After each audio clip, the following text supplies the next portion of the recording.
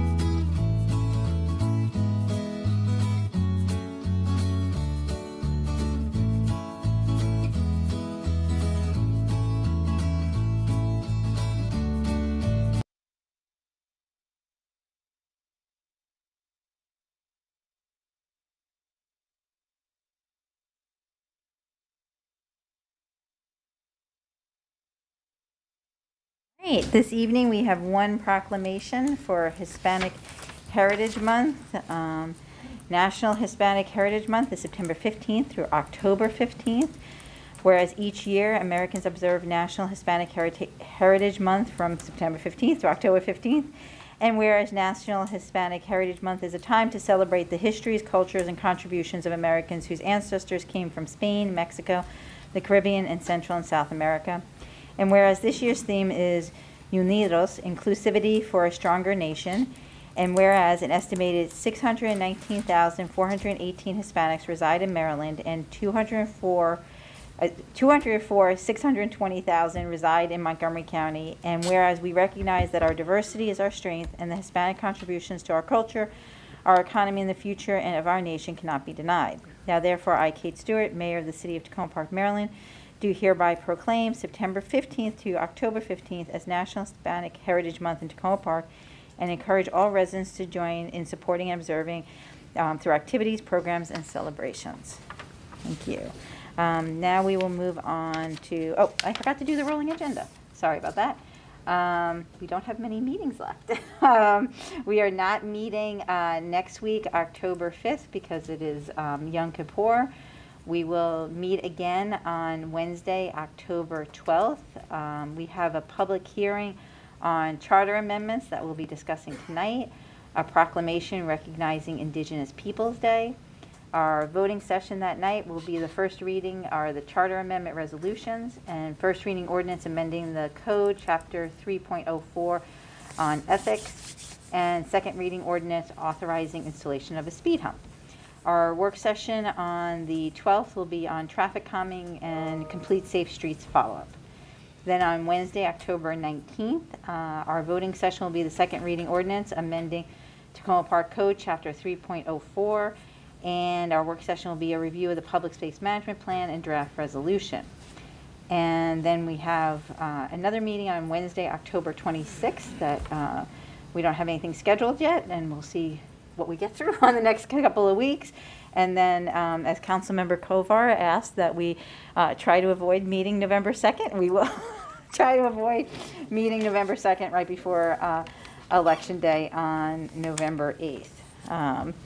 I think that is it for the rolling agenda. We will now move on to public comments on voting items. We have 3 voting items tonight. So in the auditorium, does anyone have any comments on our resolution appointing a poet laureate? Okay, seeing none, then we have the second reading ordinance regarding the November 8th, 2022 city elections. Okay. Finally, we have a first reading ordinance authorizing installation of a speed hump on Kentland Avenue.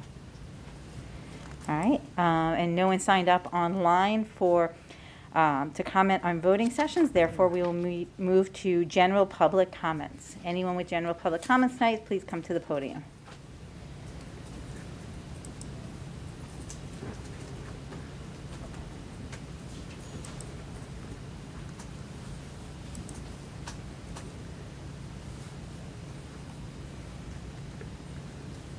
I do this. Oh, it's automatic.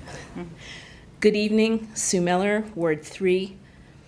Science fiction author Michael Crichton once said, "If you don't know history, then you don't know anything. You are a leaf that doesn't know it is part of a tree." In a matter of weeks, we could have a majority of council members who've never been on the council before. And because of your extended silence on the matter, right now, many of those candidates have no background or history on the stalemate at Tacoma Junction. And yet you are leaving them to explain why no improvements can be made on our public land while NDC holds the lease. You leave them to explain why NDC still holds the lease even though the plan is dead. And you are leaving them to try to reassure the many new and old businesses that are now dependent on our public land and the revitalized junction. And so again, I formally request a public work session to inform the public and council candidates on where we stand at the junction before this council steps down.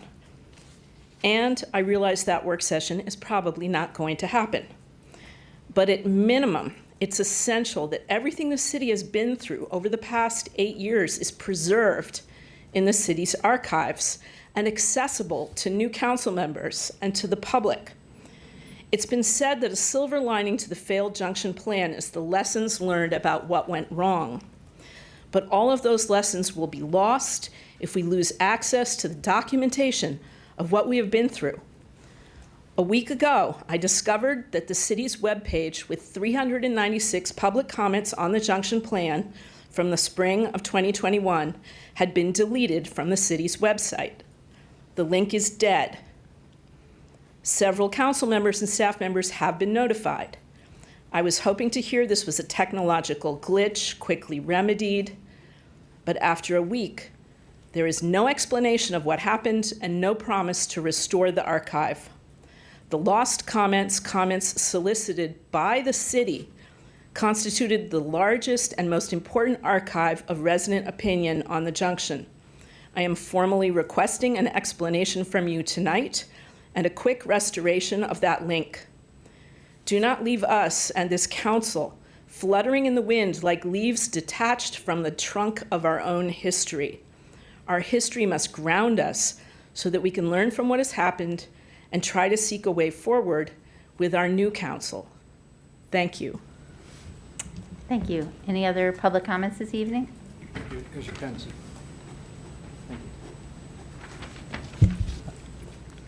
Good evening, Mayor, Council, managers, clerk. My name is Bern Kelly. I'm in Ward 3. I've come to you before on the matter of stormwater management. I did get a letter from Daryl Braithwaite on July 27th with an explanation, which I'm going to read it. Daryl knows, but you have to know. This guy is a wackadoodle, so yeah. Excuse me? I don't know. Can I reset the time? Yeah, absolutely, Mr. Sorry. Kelly. Somebody just entered into the Zoom room. All right. We'll reset it. Yeah, Thank can we you. Reset it again to 3 minutes. Yeah, thanks, sorry. I was just getting started. That's okay. So this applies to the city manager, the assistant city manager, as well as the council. Improvements have been made on Sycamore Avenue and now on Poplar Avenue to increase the capacity and the pipes and the rate of getting stormwater down into Circle Woods. And then we had this pipe system put in 1,000 feet of pipe on Cockrell Avenue. And I'll quote you from the letter from Daryl Braithwaite.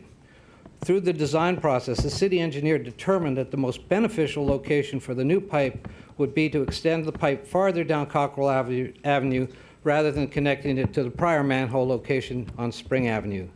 The design was developed to extend stormwater pipe down Cockrell through the paper street, that's Lake Street, into the Circle Woods Creek, which is Tacoma Branch.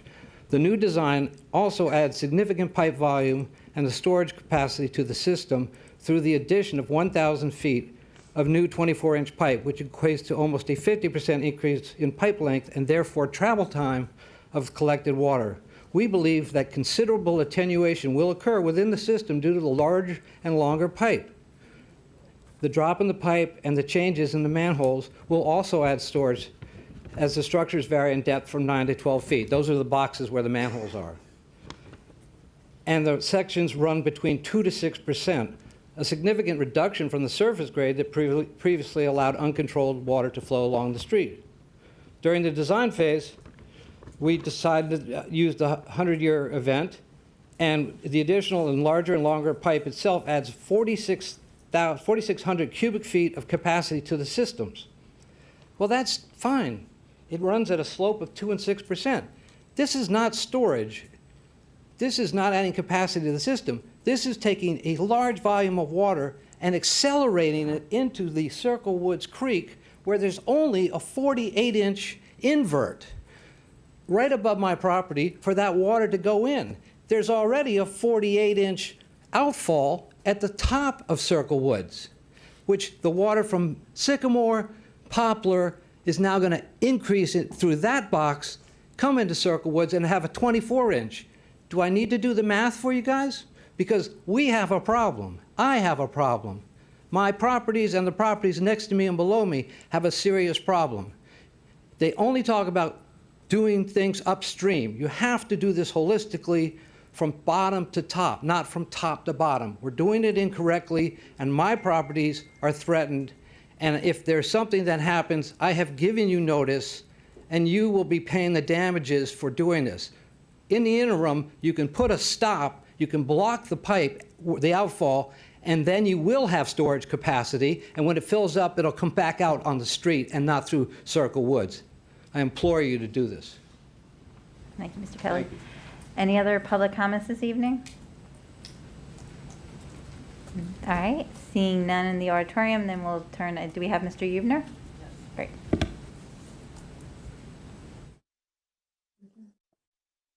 Are you ready? Yes, go ahead, Mr. Hubner. Good evening, Paul Hubner, Ward 3. Thanks to the council members for your service over the last term, up and down and arduous at times. I have two questions. My first question is about the budget. Over the last few meetings, this council has opened up existing contracts with the city workers, and all full-time employees have received pay increases to the tune of some $335,000. Some of them with annual pay increases of 10%. These new expenditures occur in addition to the existing $6.981 million deficit for FY23, the current fiscal year. When totaled, the city will now be operating with a budget deficit of $7,316,684. The city has raised property taxes dramatically over the last number of years, raising them consistently above the constant yield rate every year except one.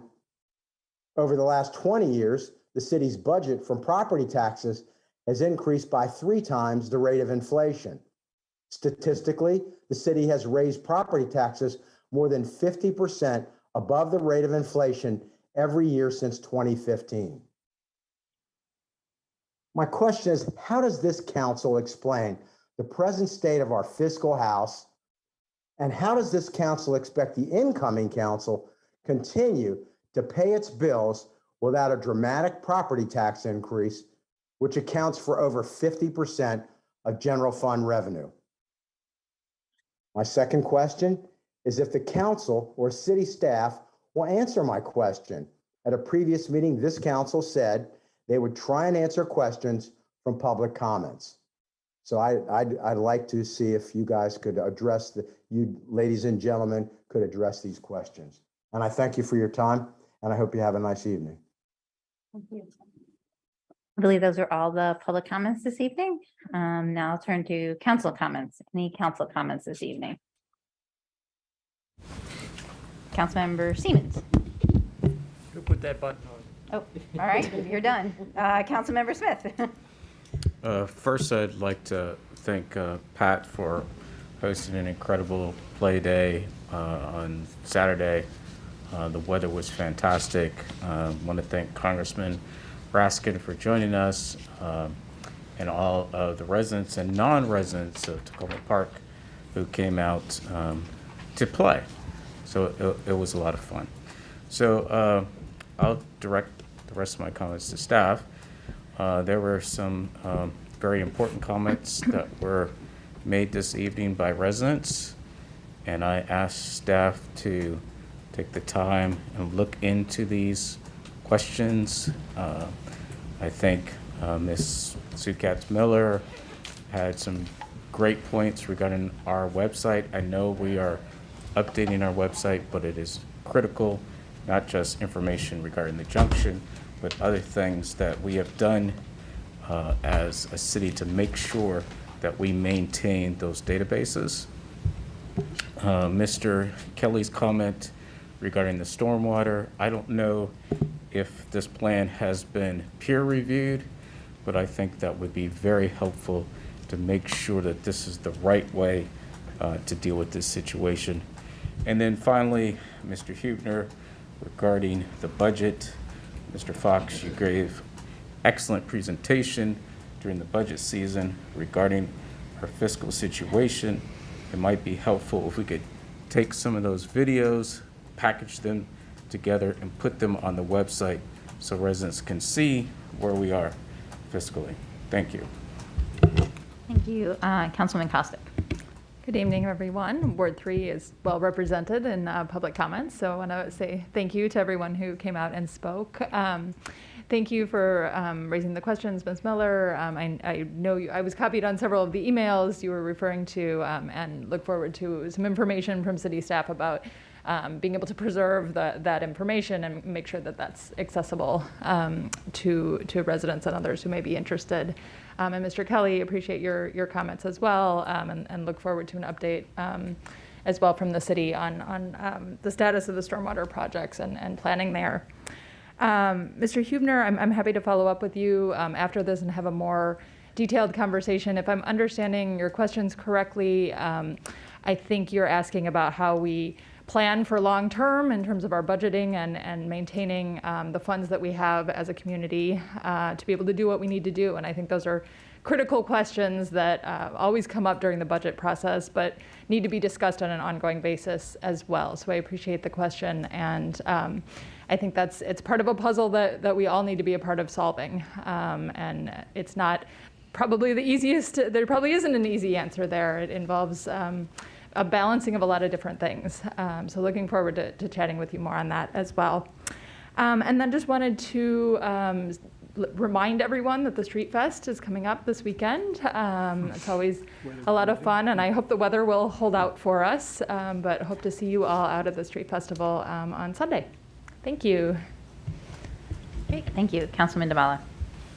Yes, thank you. So this is mostly about climate and environment today.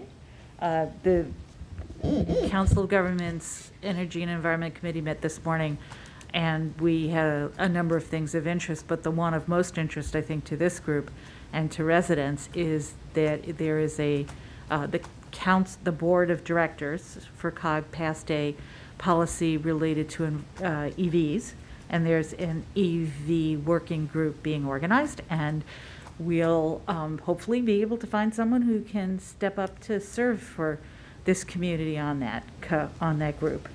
Let's see. Last week, I had the opportunity to join a meeting with 3 of the current EPA regional administrators. And speaking of stormwater in a more general sense, that was one of the main topics. One of the people there was our regional EPA administrator, who we all remember as Adam Ortiz from Montgomery County Department of Environment Protection. So that's another great connection that I'll be following up on to talk about stormwater possibilities. I wanted to mention 2 things with respect to sustainability. One, thank you to the city manager for the memo on sustainable banking task force progress, and I know you're going to talk about that. And to formally request a memo to the council on sustainability, the status of the sustainability program, specifically next steps that need to be taken in the interim given the transition with staff in that program. And that might be it for me for today. Thank you very much. Thank you, Councilman DeMala. Councilman Searcy. Great. Thank you so much. Good evening, everyone. Want to thank those that came out and commented tonight. Mr. Kelly, thank you so much for your feedback. Had the opportunity last night to participate along with my colleagues on the Tacoma Stormwater Solutions meeting, where we were talking a lot about issues with stormwater management. So thank you, Mr. Kelly, for bringing those issues to light in that venue, but also reminding us of the issues and how we can work collectively to address stormwater management issues with residents. I want to echo my colleagues' desire to make sure that we're able to, keeping in mind, again, the level of transition we're likely to have with the next council, making sure that information is clearly available on the website, or at least made available to the future council. There's a number of longstanding issues, and thank you, Ms. Miller, for really bringing that home, and would like to make sure that the city manager is part of the council transition, that there's key information for a lot of the outstanding issues that are made available to council during their onboarding. Want to remind everyone about the Crossroads Farmers Market.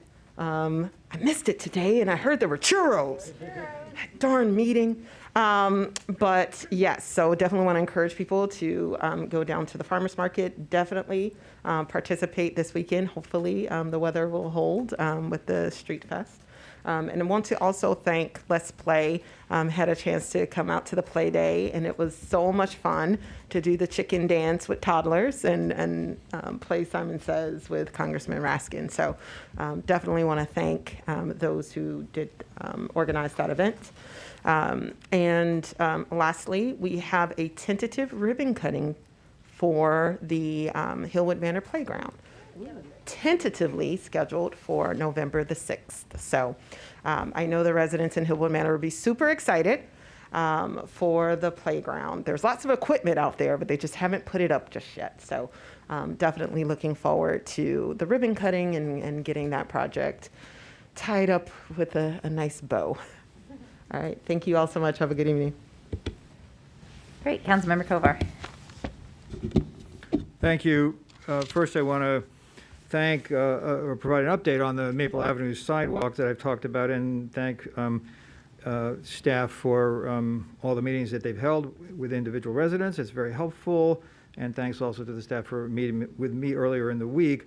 I appreciate that their staff are willing to have individual residents and homeowners provide detailed written questions and comments and concerns so that they can make sure as this project proceeds that every answer that they're seeking can be provided. And I'll be looking at them carefully, if the ones I'm CC'd on anyway, and to ensure that the concerns are appropriately responded to.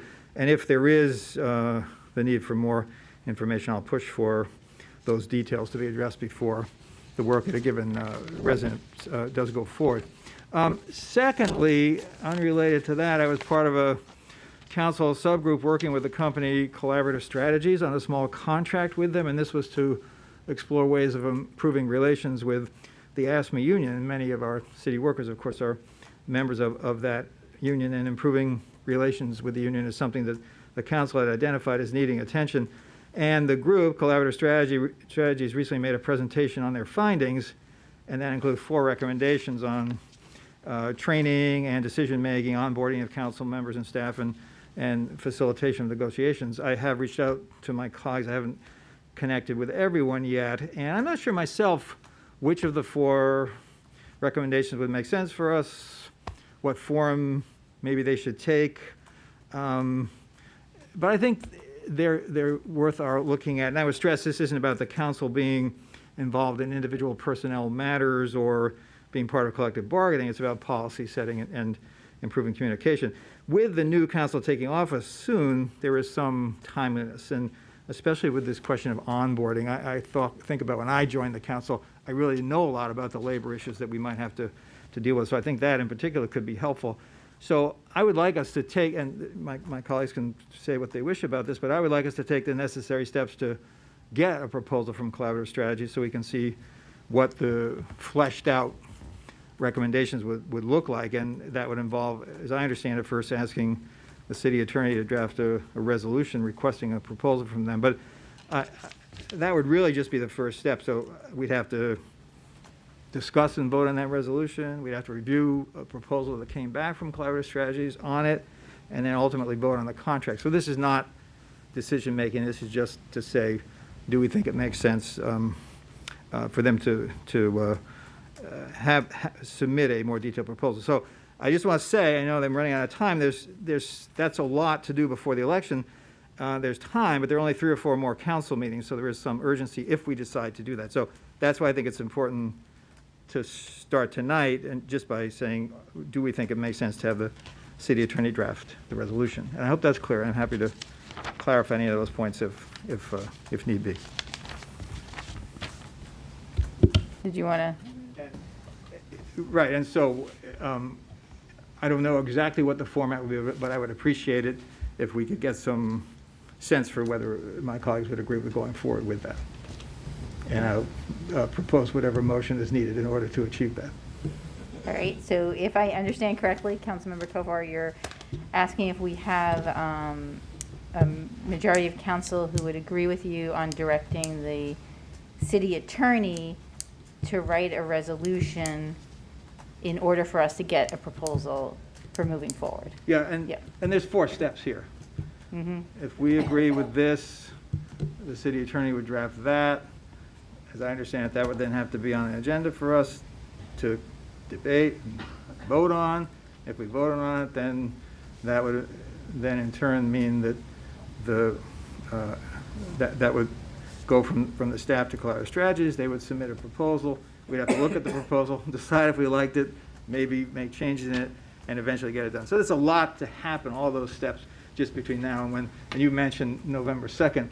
I would never avoid meeting with my colleagues up here if that was necessary. So I think the idea was that November 2nd was there only if there was some sort of last minute things we needed to do. But again, I would stress this is something that with the new council coming in really does make sense. And in the end, maybe the onboarding is the most important part of it and some of the other things could wait, but we won't really know until we see a more fleshed out proposal. That's where I'm coming from. I hope that's clear. I hope that's clear. Yeah, it is. I see Councilmember Duvall and then Smith. Councilmember Duvall? Yeah, it's no secret to anybody that we've been trying to improve relations with the unions. And if there's ideas on the table that have been proposed, I think it would be good to see what they are. So I would support this next step of looking for a written proposal from the collaborative strategy. All right, so if we say that Councilmember Kovar moved that we direct the city attorney, Councilwoman DeBala second that. Councilmember Smith, did you? Yeah, if that's the format that we're doing, sure. Okay. I have a question for Councilmember Kovar. Why can't we wait and let the next council that's seated work on this issue? I mean, maybe they want to go with a different organization. I think it's just such a short period of time to try to get this contract done. I think that's an important question, and that could be what we end up doing after we see it. We didn't even know what it is because the initial work that we did with the group was limited, intentionally so, because we weren't at that point ready to engage in a major thing. So they provided recommendations really more in bullet form, and then if we think it's something that we might be interested in, we could say to them, okay, flesh that out and show us what it looks like. We may get it from them, and we may decide, you know what, this stuff doesn't make sense for us at all. Or we might see it and say, this doesn't make sense for us now, let's let the next council, and some of my colleagues will, definitely or likely be there. But I don't think we can make that judgment until we see what they offer. And what I'm saying is, let's get what they offer and then look at it. And maybe we'll look at all 4 of these and like there's a good thing we can do with onboarding, and some of the rest of the things don't make sense. I can certainly understand that. I'm not prejudging that, but I don't want us to miss the opportunity if we can set some of this stuff in motion. I hope that's responsive to what you're asking. And I would just say that my position is I would support the attorney drafting the resolution, but I would not support this council actually taking action on retaining the organization, because, I mean, this is going to be a big change on this council. Yeah, and again, there are 4 steps, right? This is step 1. Right. He would draft it. Step 2 would be we look at it. We could even, if I'm understanding you correctly, we could even approve the resolution, get the proposal from them, and then there would be nothing to prevent you or me or anybody from saying, that's an interesting proposal, let's defer it. But I don't want to miss the opportunity. That's the thing. Yeah, that's my position is let's defer it. Thank you. All right, thank you.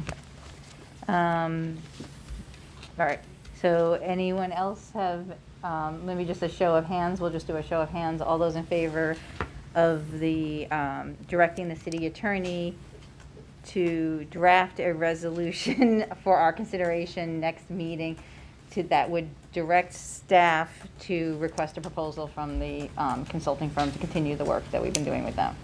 All those in favor? All right. We'll talk to the city attorney about doing that, and I'll put it on the agenda for October 12th. All right. Okay, I lost my place. Sorry, that took a little. I think those were the council comments. City manager comments. Okay. Good evening, Mayor and Council. Couple items. As Council is aware, particularly to Mrs. Miller's comments, staff, particularly our communication staff, has supplied information to Ms. Miller about that we are saving all information on the website. So everything is saved, everything is archived, so there's no information that will be lost in transition as we go in through this website. As you all have been copied on the email and know that. The Civic Plus website, just want to give you an update. We're a couple months out from that actual launch. We're on schedule to launch sometime about mid-November for the new website. Over the next couple of weeks, staff is going to be looking at the layout, going through the navigation, the overall feel of the new website, going through a lot of training throughout the next couple of weeks. And starting early November, we'll have a subset focus group that includes some council members to review and engage the new website. So please look out for that. To Mr. Kelly's comments about the stormwater, we'll follow up with Daryl. I don't have information that I can provide you tonight on that, but Acting Deputy City Manager Greg Clark will definitely get with Daryl and get some more information for you on that. Mr. Hubner, in your comments about the budget, it's very intuitive, and there's a lot of information that we're going to be working through, particularly in this building fiscal year 24 budget development. There's a lot of tools that we're trying to put in place going into next year. Some of those tools will hear some updates from staff through ARPA as relates to the budget. One of the items that we have in the fiscal year current budget, fiscal year 23, is a financial forecast consultant, and we should have that person on board fairly soon. That's going to provide us at least 5 or 10 years out as far as knowing what our general fund could withstand in the future. So that information is step one. Getting the tools in place, getting the new financial system in place through ARPA over the next year or the next series of steps after that. As it relates to the So can I just ask a question to Councilman Smith's point? about the videos and About putting the- that. Yeah, so the presentation proper, I think, is already, I mean, it's not on the financial page, which would really be nice, but I think, isn't it already on the meeting link, the agenda Yes. for that meeting? So maybe can we get that information out to people, where it is, so they can look at it? Yeah, we'll work with staff and try to figure out how to package it, particularly on the finance page where all the budget Yeah, stuff is. Yeah, and- that's probably all yeah. Thank you. As it was shared, and want to thank Councilmember Kovar for the meeting with staff this week, and what was shared from our meeting on the Maple Avenue ADA sidewalk project, that the project is moving forward between Tulip Avenue and Valley View. It's proceeding, and staff will continue to meet throughout the project while the project is going with community members individually, collectively, with residents along the block to explain the work and answer any questions about the impacts. And any resident with questions, continue to contact Ian Chamberlain, the Deputy of Public Works.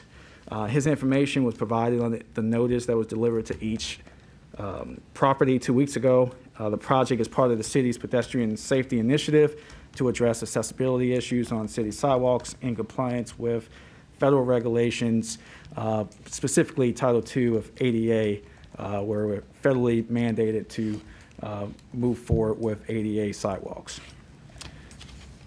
The next update I have this evening is the Recreation Center redevelopment. City staff will be soon releasing the RFP for the city-owned parcel at 7315 New Hampshire Avenue, the Recreation Center. Mayor and council have identified the redevelopment of the Recreation Center as a key project, specifically referencing the site under Council Priority Number 6, Community Development for an improved and equitable quality of life. And that the draft timeline that we have currently right now is we're 2 years out. And so the RFP is going out by the end of this week. Construction for anything that will happen is right around April, May, June through in 2024. And that construction will happen from 2024, April, May, June through 2025 around the September period. In between there'll be a lot more conversations with staff, with council.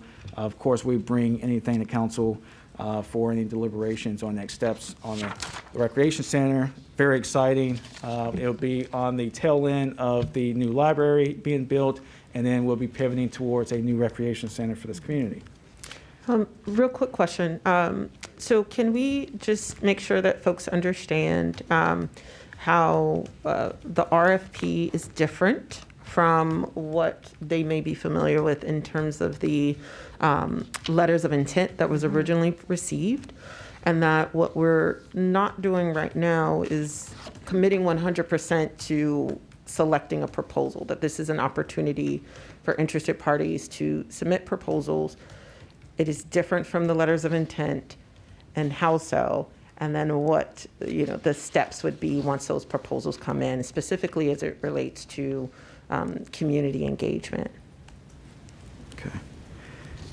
And I would say some of that staff may provide within ARPA, but it would be more information to council on the RFP process, possibly at the next council meeting. I don't have all the information this evening. Yep. Thank you. Yep, that's no worries. So if we can, yeah, sure.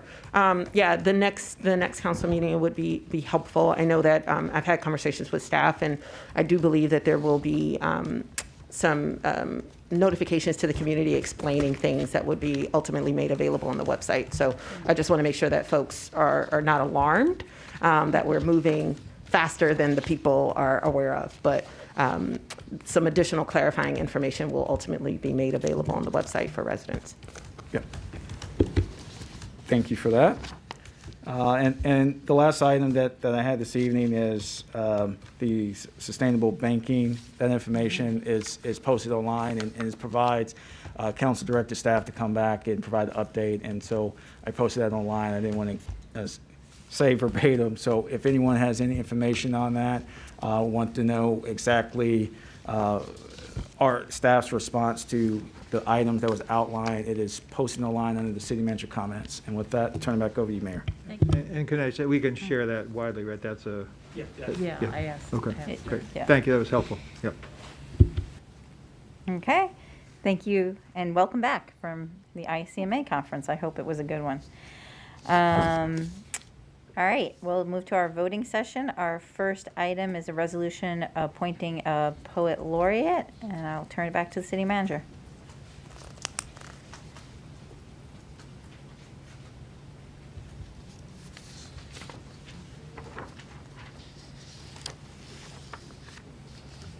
Is that Byrne? No, it is not burnt. I think we have the poet laureate on, Mr. Taylor Johnson is on Zoom for us. He is our fifth poet laureate we've had in the city. He will serve from October 1st, 2022 till September 30th, 2025.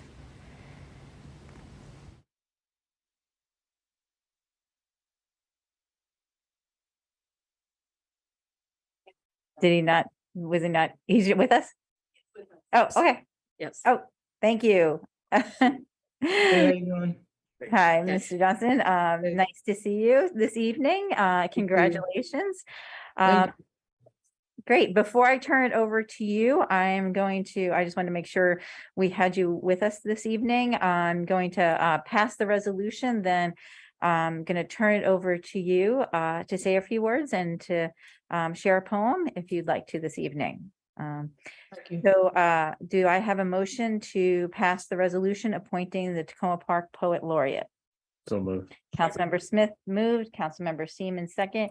Any questions or comments? I just want to thank the Arts and Humanities Commission Mhm. for doing the heavy lifting here to Mhm. seek nominations and review applications and select somebody. Yes, and I think this year we had more submissions than at any other time for this. And want to thank our outgoing poet laureate, Kathleen O'Toole, for heading up the selection committee. So, all right, I will call the vote. All those in favor of the resolution appointing the Tacoma Poet Laureate, please say aye. Aye. Any opposed? Any abstaining? All right, seeing none, Mr. Johnson, I'll turn it over to you to say a few words. Thank you, Mayor Stewart. Thank you, council members. And I want to thank Kathleen O'Toole also and the Arts Council for being good resources during this time. And I look forward to being in community with you all during the next 3 years. I'll just read a poem from my book called Inheritance. Since I quit that internet service, I'm thinking more about the transitive properties in books, the words, the palimpsest of images accruing in my brain, but more immediately the book in my hand, the cover worn at one end from sweat and gripping it when it comes close.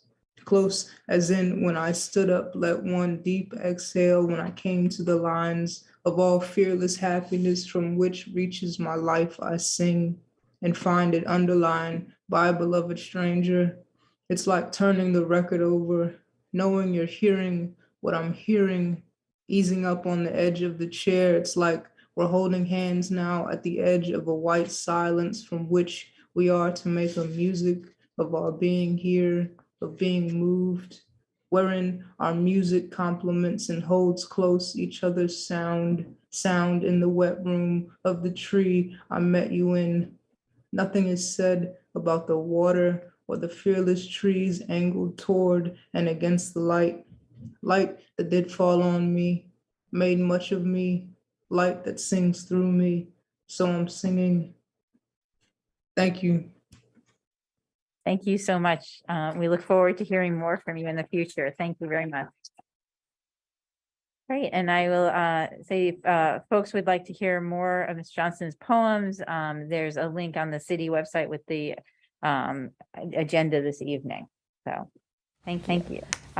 Next, we have our second reading ordinance regarding the November 8th, 2022 city elections. I do not believe there was any changes since our first reading. Would someone like to move the second reading ordinance? Councilmember DeBala moved. Have a second. Councilman Costick second.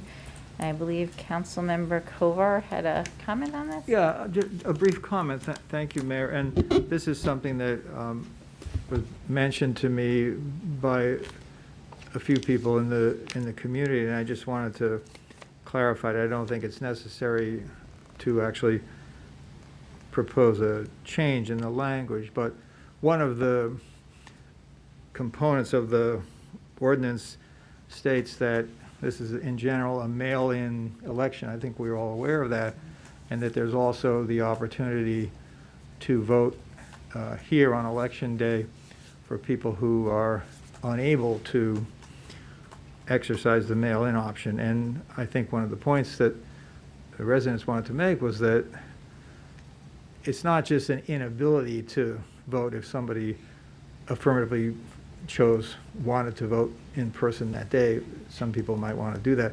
They would be allowed to. They're not barred from doing that.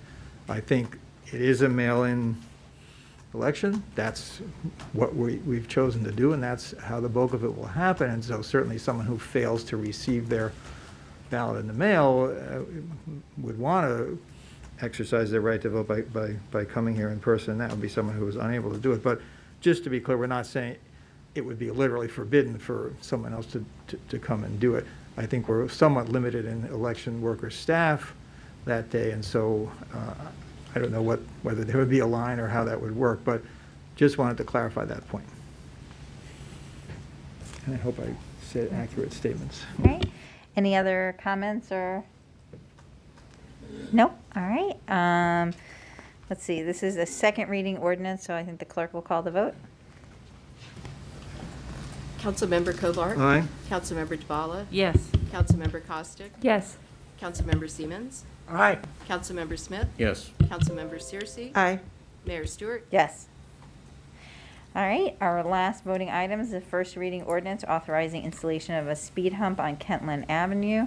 I know we had our Director of Public Works here last week. Any comments or anything? Nope, no comments from the city manager. Would someone like to move the first reading ordinance? Councilwoman Searcy moved. Do I have a second? Councilwoman Costick, second. Any comments or questions? Seeing none, I'll ask all those in favor of the first reading ordinance, please say aye. Aye. Any opposed? Any abstaining? All right, we will now move into our work session. We're joined by our city attorney, who is actually going to help us walk through 4 of our work sessions this evening. The first 2 deal with charter amendments. The first one's charter amendments reviewing requirements for Board of Personnel Appeals, and the other is a charter amendment updating the charter amendment process. So these are just basically cleanups on that we want to make sure get done. And if the city manager's okay, I'll turn it over to the city attorney. I will turn it over to the city attorney then. Thank you, Mayor. Good evening, Mayor and Council. Mayor, I'm taking the personnel amendment first. Is that correct? Yes. Okay.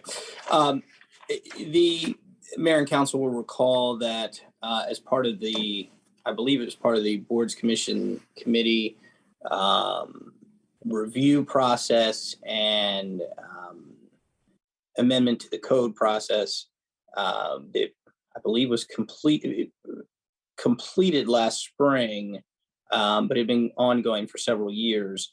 There were changes made to various aspects of all the boards, commissions, and committees to include the Board of Personnel Appeals, which was eliminated from city code provisions. As part of the process, the provision that existed related to the Board of Personnel Appeals in the charter was not removed, and this is just a continuation of that decision and cleanup to make sure to eliminate the inconsistency. So the amendment that is before you would be removing section 910 of the charter, which eliminates the requirement for Board of Personnel Appeals. That is to the first amendment that's before you. And Mayor, do you want me to wait at this time for any questions on that? Sure, that might be does council have any questions on that section? Councilman Costa. Thank you. And thank you for that explanation. I'm trying to refresh my brain a little bit in terms of what we discussed during the committee's discussion on this topic, and just wondering, as we make this change, what is replacing that entity? As I recall, we had sort of a plan and process to have an alternative structure, and I'm just wondering if you can remind me where we are with that. I don't know if that's a question for you or if that's a question for the city manager, but I wonder where we are in terms of that process. So I can, because I don't know how much of this the city manager was here for, but I can tell you what my recollection is at present. I did not, I'd have to go back and review my file to be 100% certain. But my recollection is that the Board of Personnel Appeals had not been active for any number of years. And that the decision was made that the appeal process would be to the city manager from the department director's decision, and that would end the appeal process, which is a common approach to handling personnel matters. Mm-hmm. Thank you. That's helpful, and I'll have to refresh my memory as well in terms of the notes we made. But that's helpful. Thank you, Councilman DeBala. I just wanted to add that was I looked it up because I had the same question, and that is the story that when we looked at it, we determined that there had been no use of the Board of Appeals because there were the informal and this formal alternate process already in place. And so we felt it was redundant essentially and unused. And I'm pretty sure that was because we changed the code, but not the charter, if I've got this right. So we already made the change in whenever it was.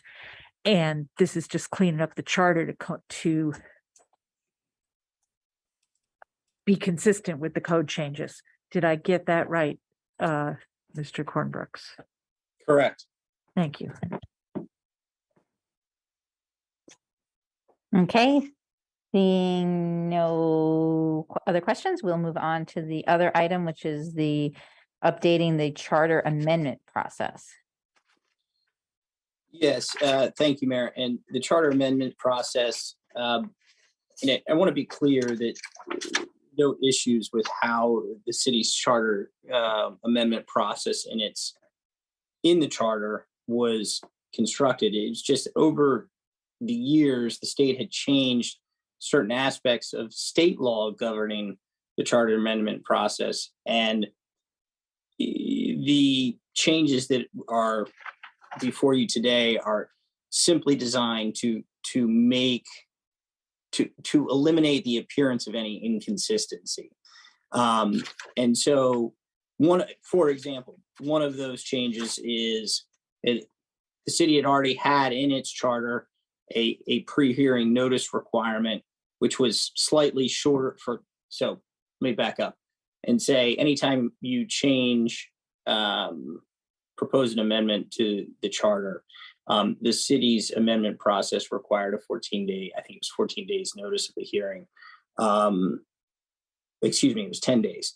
But the state law had been changed to require for any charter change in municipality to 21 days.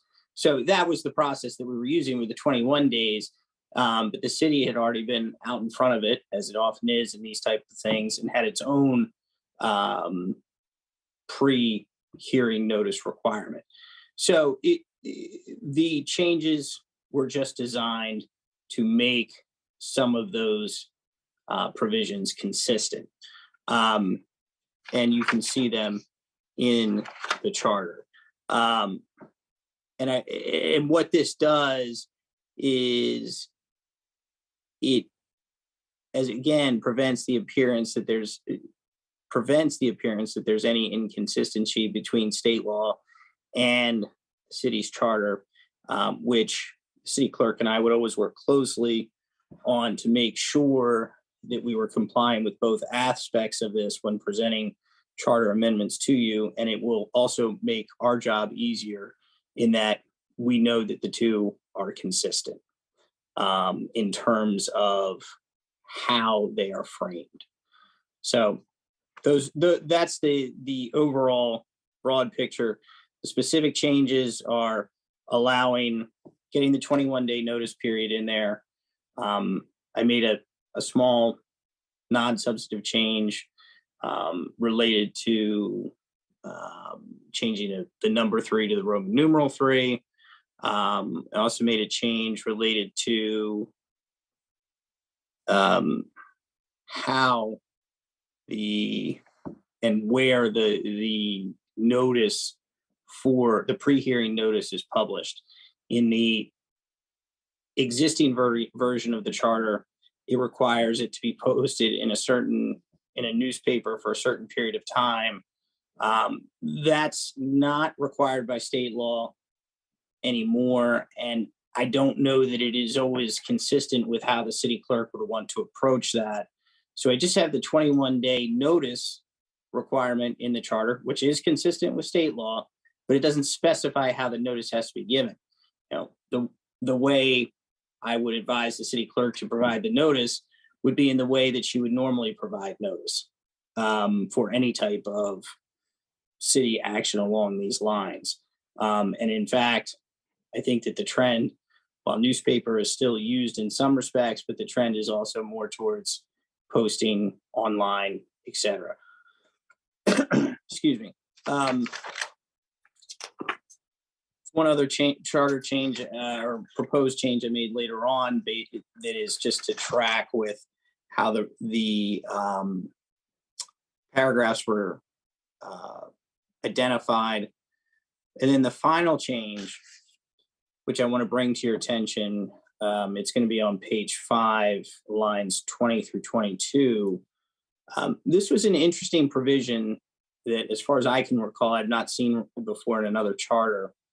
But essentially what the provision that I'm suggesting that be stricken is the one that indicates that unless the amendment, after it's been passed, has been registered with the state as required in the preceding paragraph, it would not be effective. Well, there are any number of potential problems with that requirement, to include the fact that, how are we going to know whether the state is registered? It's one thing for the city clerk to send it, but it's another thing for the state to process it and register it.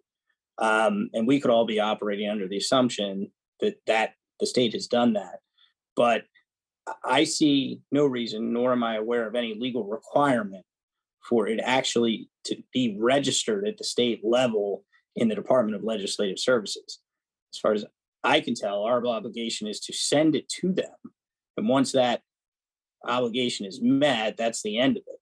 But we can't be in it. I would not recommend that the city be in a position where we could be operating as if a charter amendment is effective, and unbeknownst to us, the state hasn't done what it's supposed to do. So that's a summary of the amendments. And obviously, am certainly willing and able to answer any and all questions you may have.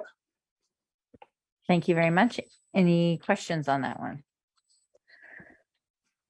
All right. Sorry, Councilwoman Searcy. Sorry, no worries. For the city attorney, so in essence, the effective date of any charter amendments would be based on line, I guess that's line 18 into 19 on page 5. So basically whatever a council may include as part of their charter amendment resolution or any ordinances, that would then ultimately become the effective date of the amendment that's proposed by striking lines 20 through 22, if that makes sense. Right. So the effective date would be, it's the 50th day after passage, provided that no petition for referendum is filed. Okay. Thank you. Okay, seeing no other questions, we will have a public hearing on these changes at our next council meeting on October 12th, and then vote on for the first time on that on October 12th, and then the second on the following week, October 19th. Next item, we're going to stick with the city attorney, is changes to the ethics ordinance amendments required as a result of HB 363 and HB 1058. I'll turn it back to the city attorney. Okay, thank you, Mayor. So by way of background, occasionally there are issues that arise in the state, and the General Assembly pays attention to them from an ethical perspective, and then they pass a law, and the State Ethics Commission needs to address changes that are a result of whatever those issues are. They cause the General Assembly to change the law. And some of this, and we don't need to get into whatever the background is for some of these, but I think once you pay attention to them a little bit, you'll see what generated them. But for example, they added a definition for quasi-governmental entity, and we're required to adopt that, even though it may or may not have an impact on what we're doing. So that is now one of the things that will be in our code. Another change would be prohibiting gift acceptance from associations engaged in representing counties or municipal corporations. So you think MACO or MML, and this would prohibit gifts from them.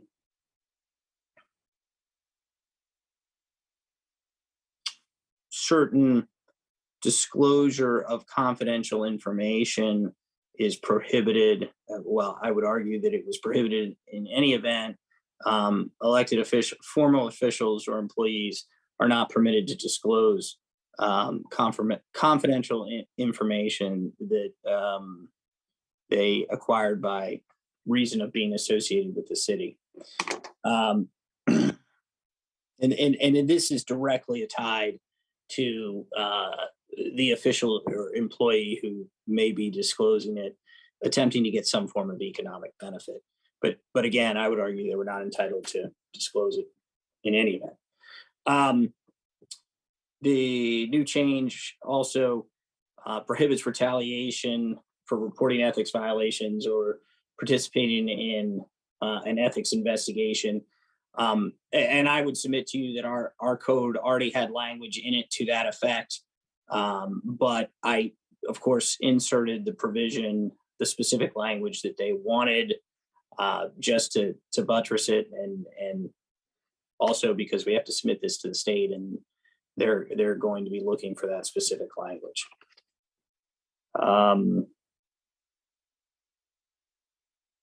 There's a prohibition on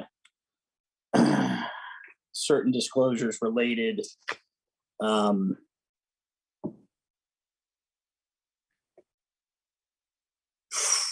to consideration received from certain quasi-governmental entities or certain state or governmental entities. And this relates to the financial disclosure requirements and how those are produced if they become public. I'm not entirely certain that that's going to have an impact on the city in the way that the state believes it will, but it needs to be in there. Okay, and some of these other changes you're going to start to see, and this next one is one of them. I'm going to assume at the state level there have been issues with disclosure statements with arising out of I don't want to say shell games, but that's the easiest way to say it, with corporate entities in terms of where sources of income are coming from. So there's now going to be a requirement to disclose business trade names or doing business as part of the financial disclosure statements. You have to disclose gifts from associations that represent municipalities or counties. Disclose relationships with quasi-governmental entities or state or local government entities.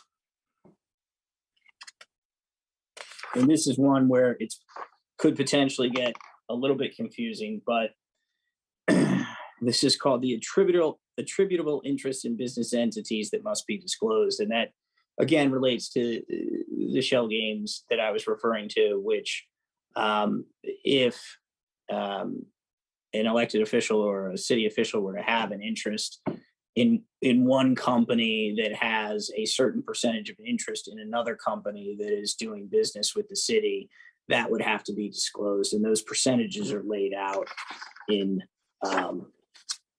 the amendment that's before you. That's a summary of the changes. Again, the city's required to adopt them. Again, we will be submitting them to the state for approval of the language that is adopted. Great. Thank you for walking us through that. Does anyone have any questions on that? All right. Seeing none, that will also come back for a vote with us. The next item, and I just have the city attorney stay on this, if there are any questions, and I'll turn it over. Actually, Mayor, I'll take it because it's staff led and so Mayor and Council, this item before you, staff brought to you in July for the Human Resource Information System. We put out an RFP looking for a qualified firm to assist our HR department. We selected and asked for council to appropriate $177,000 for Paycom for the implementation of that system. Over the last month, the city and Paycom could not reach an agreement on contractual terms for the implementation of that and the maintenance of that system. There were several terms that was not in the city's interest to move forward, and we decided to not move forward, and we're bringing this ordinance before you this evening for you to rescind ordinance 2022-37. And staff looks forward to putting the RFP back out to get a vendor that's going to be responsive and be able to help our HR department. And there's any questions that council has, I can take them. Councilmember Kolar. Thank you for the information. And I just had two questions. One, obviously we want the modernized HR. Do you have any concerns while we go through the process again that HR will, well, I guess they're struggling some, and that's why we want to do this, but do you see any major problem with having to wait again a bit longer? No issues. We've been doing manual since beginning of time, it seems like. And so we're going to continue doing that until we get that system. We feel very optimistic by going out with the RFP. We've going to take some of the things that we learned in this process and add into the new RFP and see if we could reach agreement with whoever the next firm is. And is there anything, I don't want you to get into confidential contractual details, but is there anything about what led to the impasse that you can share without unduly revealing anything? Yeah, it was just several terms that wasn't in the city's interest to agree to. But it's standard and routine for their company and their business. But how we do things in the state of Maryland, and particularly city of Tacoma Park and our code, is things that we just couldn't agree to. And they were an out-of-state, I'm not saying there's any negative about it, but they were an out-of-state company that wasn't based around here, right? Yes, they were based in a different state and have different laws in different states. Okay. All right, thank you. Councilman DeBala. So just quickly, as I recall, there was not another suitable vendor, so we would want to Correct. propose. And so is there anything that's going to change in the RFP based on this experience, or is it really that whole out-of-state thing? Yeah, well, like I just said, we'll take what we learned from this process, and we'll. I missed that. Thank you. Okay. All right, not seeing any other questions on this item. And I'll turn to the city clerk. I don't think when I was doing the agenda, looking at the 4-week agenda, I can't remember if we had this as a voting item to come back next week. It should be. October 12th. So I just want to make sure. Yes. I didn't recall that. On the All 12th. right. I want to thank the city attorney for joining us this evening. I believe those are all the items that we needed his assistance with this evening. And we have 2 other work sessions tonight. One is on the an update on the American Rescue Plan Act, our ARPA funds, and I'll turn it over to the city manager. Madam Mayor, very excited to be bringing forth these updates this evening. The first work session is just on ARPA, and the second on the library. I just want to commend and thank our city team, the entire staff. While council was on recess, there was a lot of work that we put in to prepare for this evening, and I will turn it over to Acting Deputy City Manager Ross Grisby.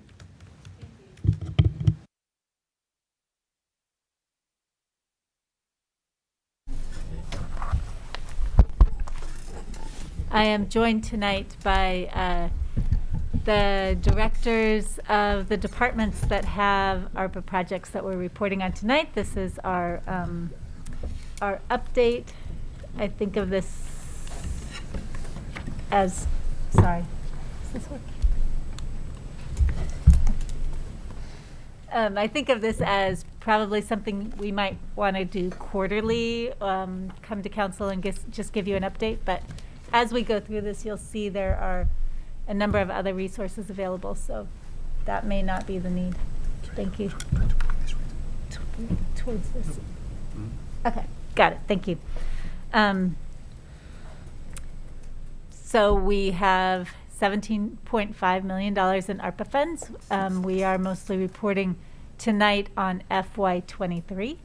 I am joined by Director Eubanks from Housing and Community Development, Director Jones from the Library, Acting Director Abbas from Information Technologies, and we are joined virtually by Director Braithwaite of Public Works and Acting Director Huffman of Recreation.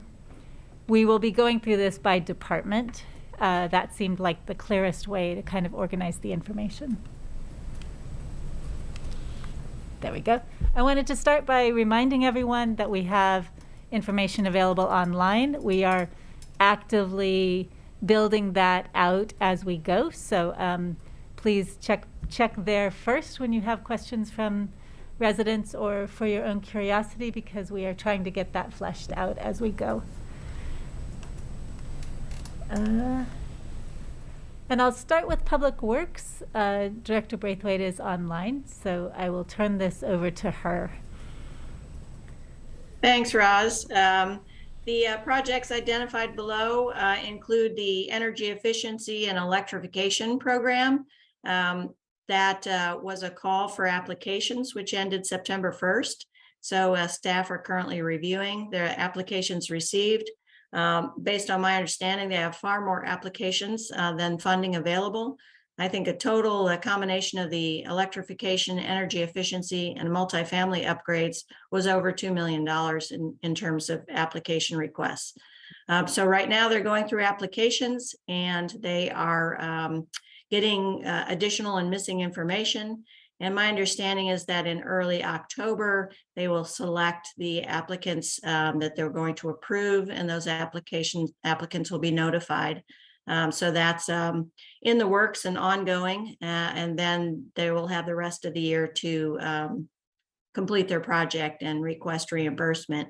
The street rehabilitation project has gotten started underway. We're currently doing street restoration work on Heather Alley, and then we'll move to some additional streets.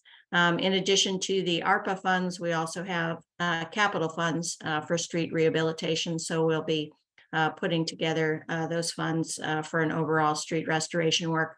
We hope to get most of that work done in October and early November. The recreation center improvements include some assumptions that we made about HVAC needs and a roof replacement, particularly over the gym. As you may know, that New Hampshire Avenue Recreation Center is very old and we're just biding time in terms of getting it until it's renovated and redeveloped. So unfortunately, we had a failure with one of our compressors on the rooftop HVAC unit, so it'll definitely have to be replaced before the next year's summer. We're also getting roof replacement bids, and they've come in quite high, far above what we assumed would be the cost. Lastly, we're intending to put some air filtration units in the exercise room and the weight room at the New Hampshire Avenue Recreation Center. Those are a much more reasonably cost, so we'll be able to purchase those hopefully in October and get them in place. And lastly, the community center renovation, which is on the lower level of the community center. We have got the plans, as you may recall, we had our architect at the council meeting to move this project forward. The design plans are complete. They've been submitted to Arcadis, and they're currently doing their review cost estimation as well as constructability analysis. So as soon as that's complete, we'll have a report available and we can update council on that. One of the critical factors with the timing of that project will be to coordinate, and Arcadis will be able to help us with that in terms of the best timing to start that project, given the status of the library project and the rest of the work taking place. So we'll be coordinating the timing and the start of that project going forward. That's it. Great, thank you. Next up is Housing and Community Development. And Director Eubanks will walk us through the numerous projects that they have. Thank you, Ross. I hope nobody minds that I stand. It's just a little easier to see the slides. So housing and community development, we're responsible for just under 2 million in ARPA-related projects. The projects like HCD really fall into a couple of categories. Planning and community development is one category, economic development is another, and then housing is a third. So the first program that we'll talk about tonight is our small business support grant. That grant for FY21 is a total of about $150,000. The small business support grant is intended to provide support to small businesses in the city of Tacoma Park, particularly those that were impacted by the pandemic. The funding is eligible.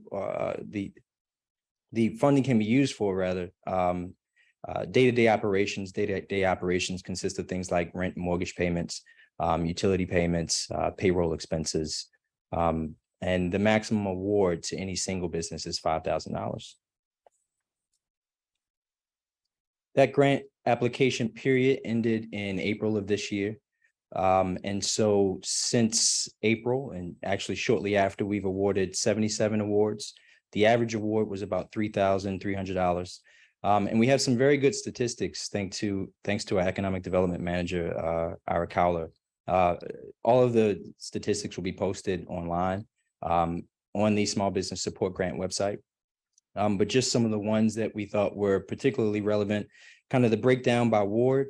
You'll see that the majority of the allocations were made in Ward 1, Ward 3, and Ward 6, with the largest of those being $85,000. We also had a breakdown of self-reported business types, most of which are falling in professional services and food services, with the smallest of them being construction and educational services.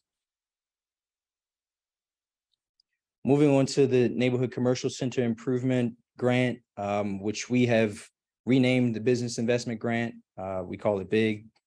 And that grant is very different from the Small Business Support Grant in that it's mostly for capital improvements for businesses who are looking to relocate in the city, expand or grow.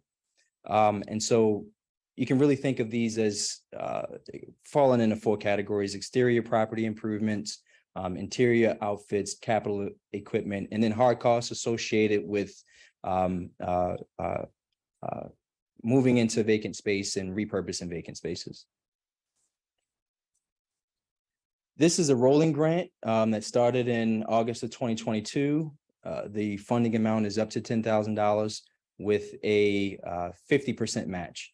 So for instance, if your project is $20,000, then the maximum amount that we'll give is $10,000. If your project total is $10,000, the maximum amount that's available via the big grant is $5,000. Since the opening of the application in August, we have received 14 applications and awarded 2, one in Ward 1 and another in Ward 3.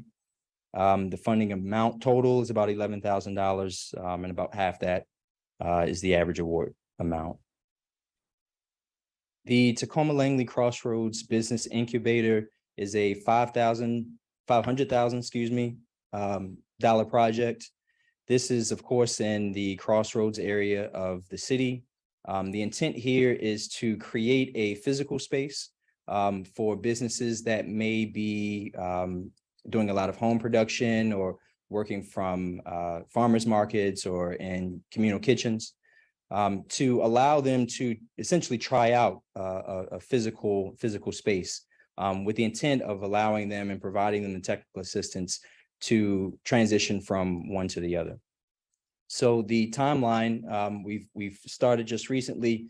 In September, we entered into a contract with a local consultant out of Tacoma, DC, called PES Consultants. They will provide us with a retail and real estate analysis. The intent of that analysis is to figure out what the dynamics are of the Tacoma Langley area, so that we can determine what the best services are, and how we can best provide the technical assistance to those who will be working in the incubator. The next step between January and March is to select a site and to select partners. Partners include those who will be providing technical assistance, but also those who will be operating in the incubator. Between March and May of 2023, we will actually outfit the pop-up space, very similar to how we're outfitting the temporary library space. And then hopefully the intent by May 2023 is to open a pop-up and to have it functioning and to really develop the businesses in the way that we intend. The facade improvement grant is a very specific grant. It's $8,000 that was provided to the businesses on 8,000 Flower Avenue for the purpose of improving lighting, seating, planters, and barriers. That project is complete. So if you haven't already seen it, please stop by, check it out. For the public space management plan, this is also something that you're very familiar with. This is a plan that's intended to provide council and city staff with some guidance on how to use and maintain and program public spaces. We were last, or CH Planning and the Planning Division in HCD were last in front of you, I guess, last week, presenting the draft recommendations. The next step, mid-October, is to present council with final recommendations. And then at the end of October, to present council with, for council to potentially adopt the recommendations from CH Planning.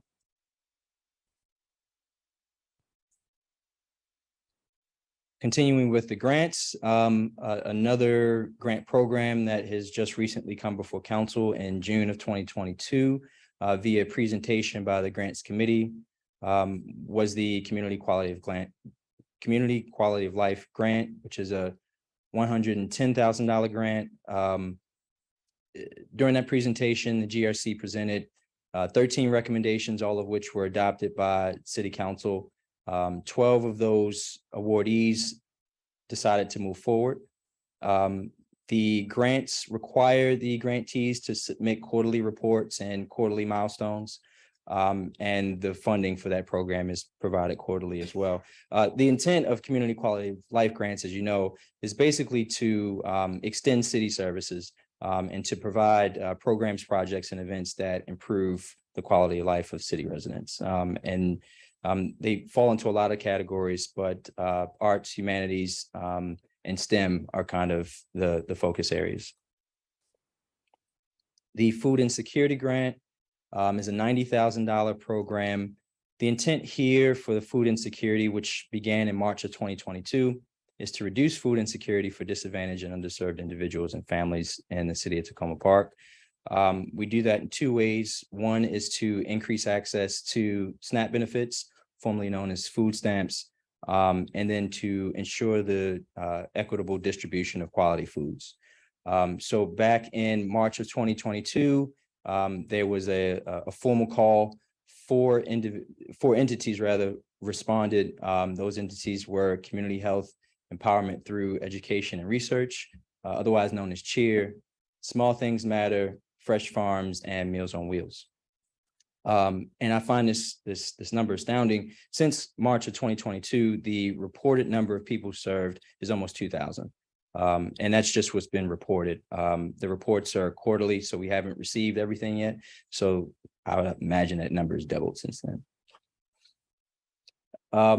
Emergency rental assistance, another program that you all are very familiar with. Essentially, the ARPA $200,000 or $213,000 has been broken down into three programs: our emergency assistance program, our rental assistance program, and then our COVID-19 relief. They all attempt to address different needs of our community. The Emergency Assistance Program is meant to assist with housing and utility payments, medical care, food, and transportation for eligible residents. Rental assistance is a reduction in an individual or family's rent by $350 for up to 3 months. And our COVID relief is really the broadest of those three. And it provides general assistance, essentially trying to provide for basic human needs for those who have been impacted by COVID, the pandemic. Switching a little bit from the economic development related programming and focusing now more on housing, the $500,000 that was programmed for multifamily rehabilitation has been split into two programs. Director Braithwaite already touched on the electrification and building improvement grant. As she said, we received over $2 million in requested applications, and both PW and HCD staff are reviewing those applications and hope to issue awards very soon. The other half of this $500,000 program for FY23 was provided to Hillwood Manor, which is a LIHTC project in Ward 6. $250,000 was provided to Montgomery Housing Partnership. They are rehabbing Hillwood Manor. Hillwood Manor consists of 96 affordable units, and this is a substantial renovation, serving individuals, residents of the city who are between 30% and 60% of area median income. And so that money has already been provided to MHP. And future projects that we haven't yet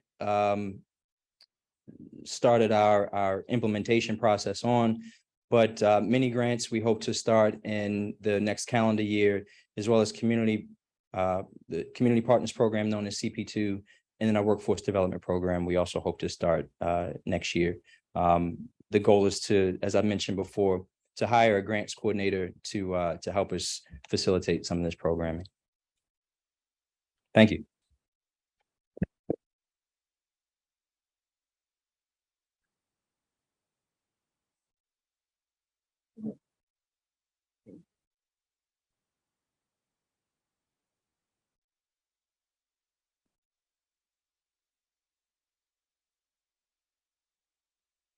All right, so the library has 3 projects that we are looking at currently: the laptops, the Wi-Fi hotspots, and municipal broadband. And I'll discuss all of those a bit. The Chromebook circulation program, we have ordered 30 Chromebooks, as well as a charging cart. We've got all of those in. Staff worked really hard to get those cataloged well so that they would be easy to manipulate in our system and run reports on. So we're finishing up with a circulation policy to make sure that we're checking those out responsibly and have accountability with our patrons and everything. The same thing with our hotspot circulation program. We have 30 that have been ordered and received and cataloged. Staff have actually been checking those out to make sure that they are using them enough to get really familiar with them and able to help people with them as they check them out and learn how to use those. The municipal broadband project has been a bit challenging. We had some unexpected things that came up that were good, but that have necessitated a pivot in our approach to this program. And the expansion of the Affordable Connectivity Program, a federal program and a federal subsidy, has, as it says here, caused us to pause and reevaluate the best course of action. And I think that what we will likely end up doing is combining promotion of the Affordable Connectivity Program alongside the opportunity for people to sign up with Comcast Internet Essentials Partnership Program, IEPP. The Comcast program is a $10 a month subsidy that we would be providing through the end of calendar year 2024. And it's pretty seamless. It is a very valuable tool, especially for somebody that has very limited technological literacy. It's great because what essentially happens is we ask for promo codes from Comcast that we are then able to give to residents they go to our registration page, enter that promo code, and then Comcast takes everything from there. So it's actually very little staff labor that's involved. Comcast also provides all of the equipment necessary to access the high-speed internet as part of that subscription tier. The Affordable Connectivity Program is a $30 a month subsidy for qualifying households, which of course can get you a slightly better subscription, and is probably going to be good for families, especially anyone who is interested in being able to stream multiple things simultaneously. While the base subscription with Comcast is able to support streaming, like for a Zoom meeting or streaming video, it may not support simultaneous streams all that well. So the ACP, the Affordable Connectivity Program, is going to be a really valuable tool, I think, for people who need that better subscription tier. It is not quite as seamless as Comcast, and there is an engagement component that we need to be able to fill there. So we have been speaking with Connect for Broadband, which is a nonprofit that is already currently working with Montgomery County on this engagement piece with the Affordable Connectivity Program, and also with their free Chromebook distribution program. And we're working with them already to get some free Chromebook distribution sites or opportunities here. I think we've got one that's tentatively scheduled for next month. And it's great because they're actually reserving some spots for Tacoma Park residents. So they've been really great to work with. Their director has worked with Comcast in the past, actually. And so he's very well acquainted with how all of these programs work, and he's already doing the work with Montgomery County. And the program that we are looking at doing with him, and I've got a memo prepared for that and more information for anybody who's curious, but it essentially relies on 3 different parts. The first part would be a digital equity assessment, which I think would also be really useful, not just for this particular program, but for strategic planning in general, and also to help support grant applications and endeavors in the future. Beyond that, it goes into establishing partnerships with nearby community organizations, which is a really valuable part of this engagement component, because we want to be able to meet people where they are and connect with them and go through entities that are already have established trust with people that we're trying to reach. And then, of course, the implementation phase, where Connect for Broadband would be working to ensure that all of our partners have good information that they're giving out. We would set up some events that Connect for Broadband would be staffing to make sure that we are getting all of the information out that we can, get as many people signed up for this permanent federal subsidy that we can. And I think when we ran the numbers, we figured that the proposed contract cost would essentially pay for itself if we're able to enroll 120 families in the Affordable Connectivity Program, which seems pretty doable. But the first and second part of his 3-part plan would also involve working with the staff to establish some goals and benchmarking. So we hope to have some more updates on that very soon. We would like to implement that really as soon as possible.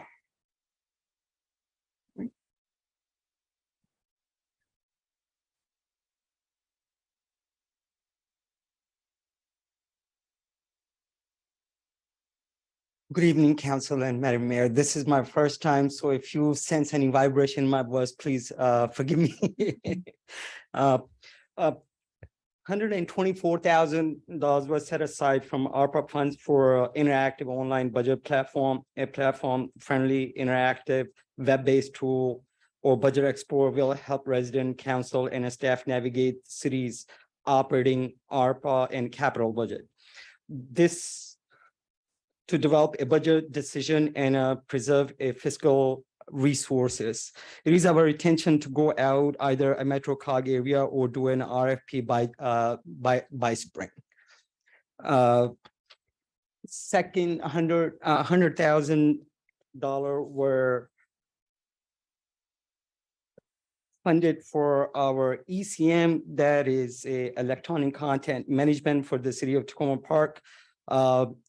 This project is underway, and we have created a common template for gathering initial business requirement. electronic content management to submit to any staff or various departments to get a quick glance of either requirements in a structured manner.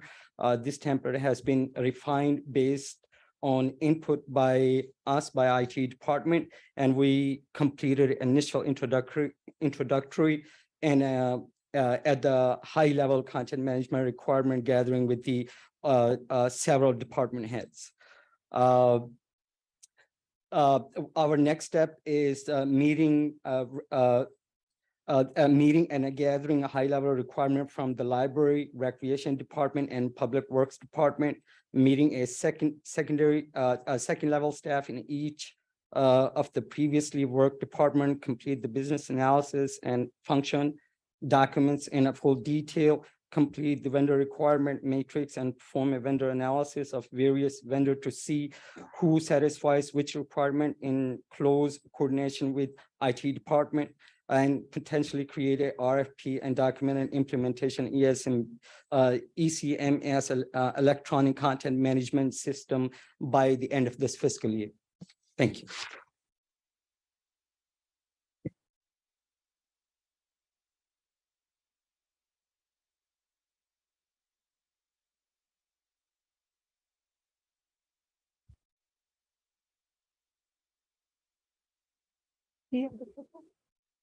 This is the,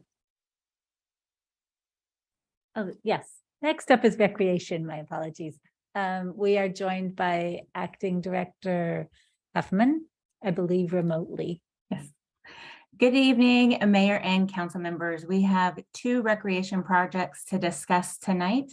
Our first one is scholarships and tutoring, and our second one is STEAM grants.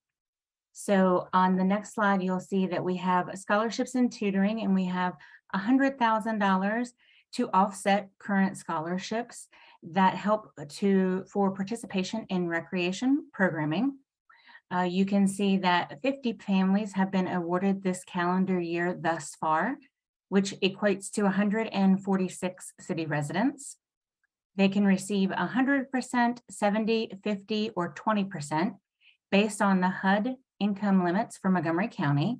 And you can see on the chart that we've gone from 18 awardee families to 28 up to 50. The next part of this is tutoring program. That is a misprint. It should be $25,000 for a tutoring program, and the RFP for that closes on Friday. Our other project that I want to bring to your attention is STEAM grants. We have a $20,000 award to Get Into STEAM LLC, and they're going to provide a variety of STEAM opportunities throughout the rest of the calendar year. Our first one is November 12th, and it's a workshop celebrating National STEAM Day, which is really on the 8th. And this is going to center around aviation. We plan to have a winter break camp at the Recreation Center and a one-week session in June at the Community Center, and then various one-day workshops to be determined throughout the rest of the calendar year. And that's it for recreation. Thank you. And then we have 4 projects out of the city manager's office that I wanted to touch on tonight. All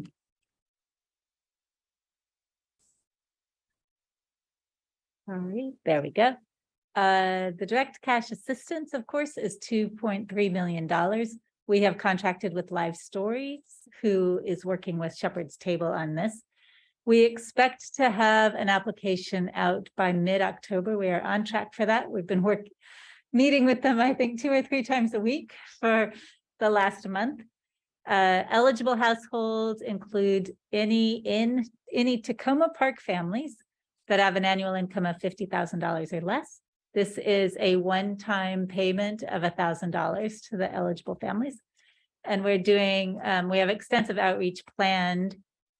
We need to confirm the date that we'll release the application before we flip the switch on that. One of the interesting things in developing the application is finding the sweet spot between making the barrier to entry low enough that we don't discourage people who may have trouble with various types of documentation. But what we've learned from live stories is that because ARPA money is quite open, and the reporting requirements are easier than many federal programs, there's extensive fraud happening across the country. So we are trying to figure out proxy measures, or if someone has already qualified for another kind of program, can they use that documentation if they don't have driver's licenses or, tax returns or things that may be difficult for the population that is most in need of these funds to be able to provide. So our starting point is, let's find that sweet spot. We want to make it as easy for people who need these funds to get these funds, but we want them to legitimately be Tacoma Park residents that are in households of less than 50,000. So we're working through the details on that. And we, as I said, we are on track for it. Live Stories has done these programs across the country. And while I was lying in bed at night worrying that we might have a hard time reaching the families that are eligible in Tacoma Park, after talking with them, I now lie in bed at night worrying that we will find the need is greater than our resources, and that it may all happen quite quickly. So, so we will keep you abreast of that. I also wanted to mention, to just briefly give an update on the mental health crisis counselors. This is a program intended as a 2-year pilot to employ 2 mental health professionals who will be in the city 24/7 to be on call in the events of circumstances that require it. So when people are in need, and it may come in the form of crisis, we have the staff here to address that need immediately. We are working with Montgomery County Department of Health and Human Services. We're partnering with them to do this because they have programs to train counselors and to hire and train and implement this. So we do not have to start from scratch. We have been waiting since May for a MOU. We sent a draft then, and this afternoon at something like 4 o'clock, we got a draft back. So we will work internally with city staff and with the city attorney to see if that works for us and send it through the process. We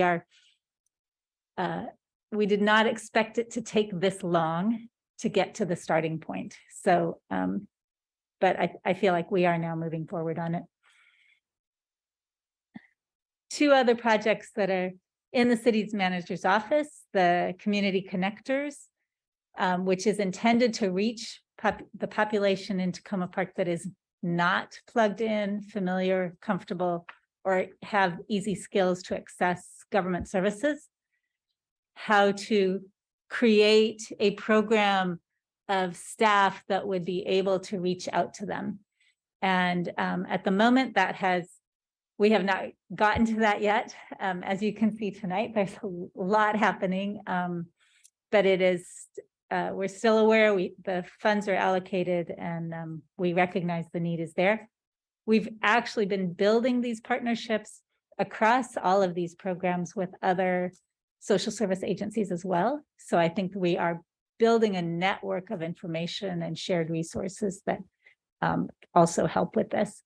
And the community engagement really intended to make sure that people who may be eligible for ARPA projects know about them and can get in the queue for them. And so we have not yet gotten to that, but we are working closely with our communications team.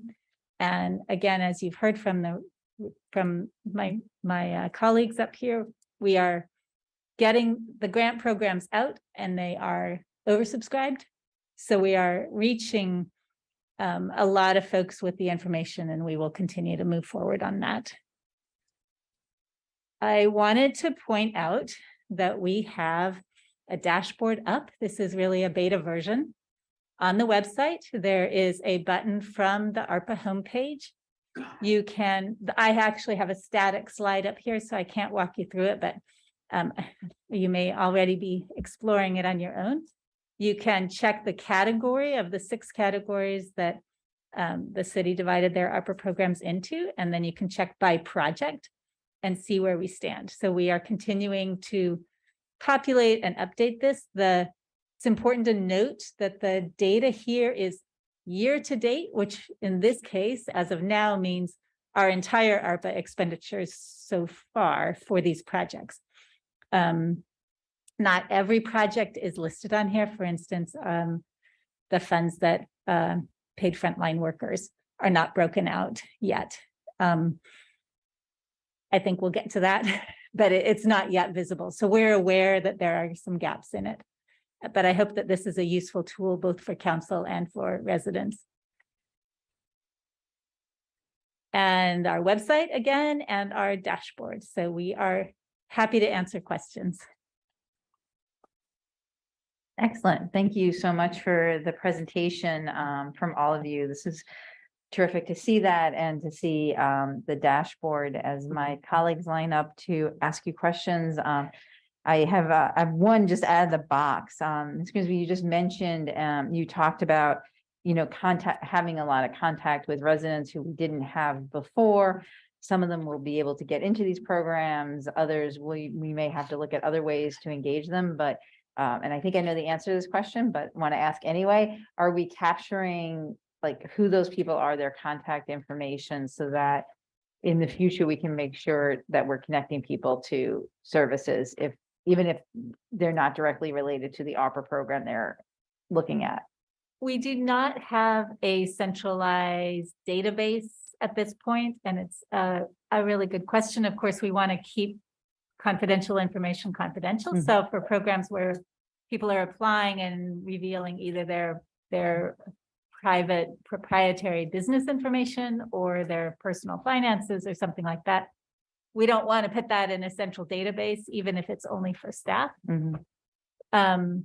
But I think that we probably can move in the direction of sharing more information for these projects. When you look at the overlap, there's some obvious things, and I've really seen it with the live stories, trying to determine ways to make it easy for people to demonstrate their eligibility, because we've been looking at it, if they have SNAP, if they're in the SNAP program, or what if they have already qualified for another city ARPA program, can we share that information internally, or can they present their letter of award that we can use that as documentation? So it's an ongoing conversation.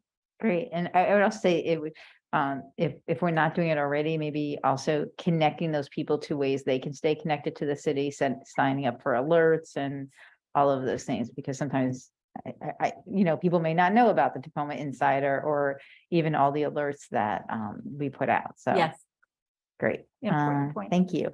Councilman DeBala. Oh, okay. Okay, I can go first.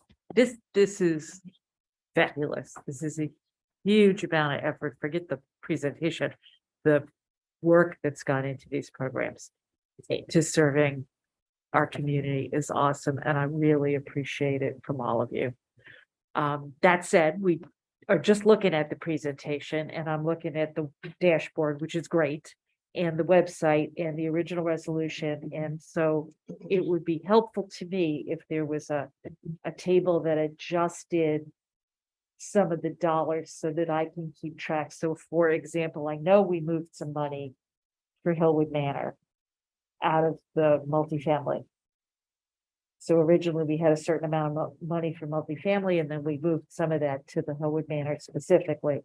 And when I'm looking at the slides and the website, I'm getting confused between what's this year versus what's total. And what has changed, because some things have changed, like the Hillwood Manor money. So that would just really help me. Some of these I'm not recognizing, and they're probably subsets of bigger categories that are multi-year, and so it would just help me to make more sense of the presentation. And just to add a little clarification, and then I'll turn it over to Director Eubanks. The slides we presented tonight are FY23 budget numbers. So that's helpful. That includes the July budget amendment that changed some of those numbers that we had seen in the spring. All right. The dashboard is total ARPA spending. So total right now is year to date. Total next year, of course, will be over more than a year's period. So just to keep that in mind.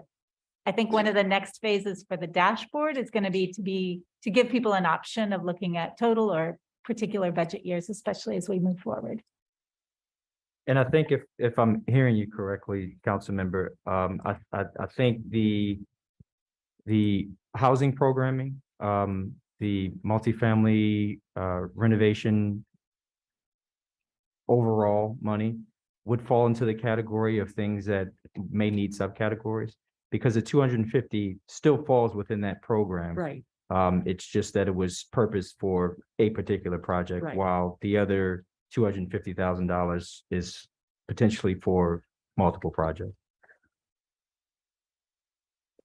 Right, and then there's the other 500,000 for next year, if I'm remembering correctly. See, that's where I'm getting a little confused, because I look and it says $1.5 million for energy efficiency and multifamily, but then you're talking about 250,000 for a grant program we just did.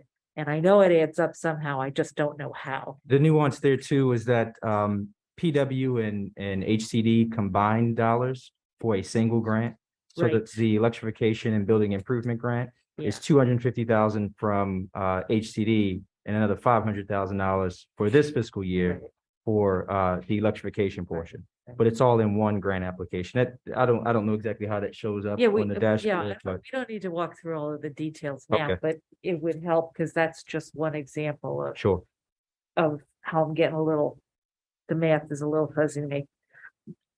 But that's the numbers will show up in a table. The effort is awesome.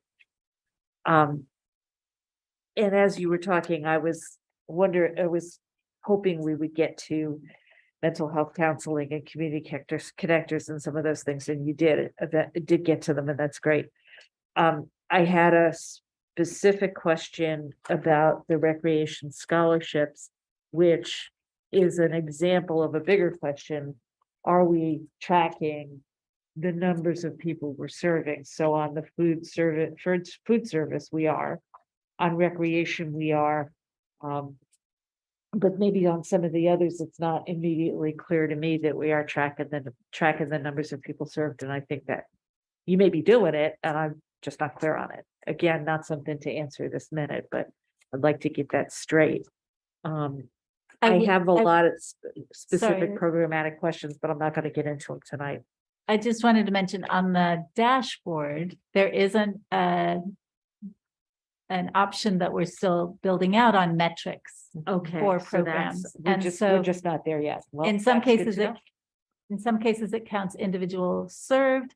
In some cases it counts things like the Chromebooks, handed out. I mean, Right. there are various different kinds depending on the project. Right. And again, it's in a beta version right now, but I thought it'd be helpful for you all to see it. Oh, yeah, yeah. And my one specific program question for tonight is on the recreation scholarships.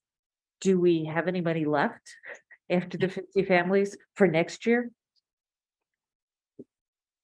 So I might need to defer to Greg or someone as I'm just getting into this, but as I understand, there is a certain amount set aside each fiscal year. So that's So how you're doing it, okay.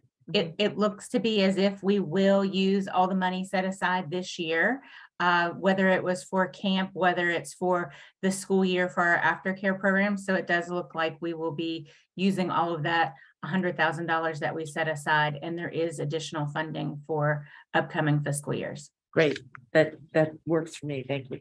Acting Director Huffman is correct. All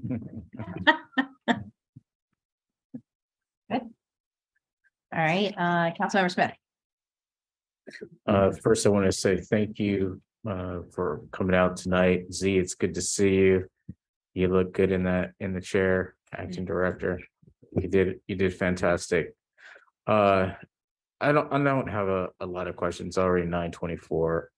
Just ask Ms. Jones if you can send me I don't know if it was a report or a letter that you mentioned. I'd like to see about some of the programs that you're working on. And if you have ideas on how the federal government through the BIF program could be more helpful, please let me know. And I can work on that through my day job. Mr. Eubanks, excellent job. I know there's a lot of balls in the air, but you're doing great work. And Roz, it's always good to see you. Thank you. Councilmember Siemens. Thank you, Mayor, and thanks to all of you for the presentation tonight. It's really impressive, the amount of work that's been accomplished in a relatively short amount of time. It's good to hear how we're supporting the community through this difficult time.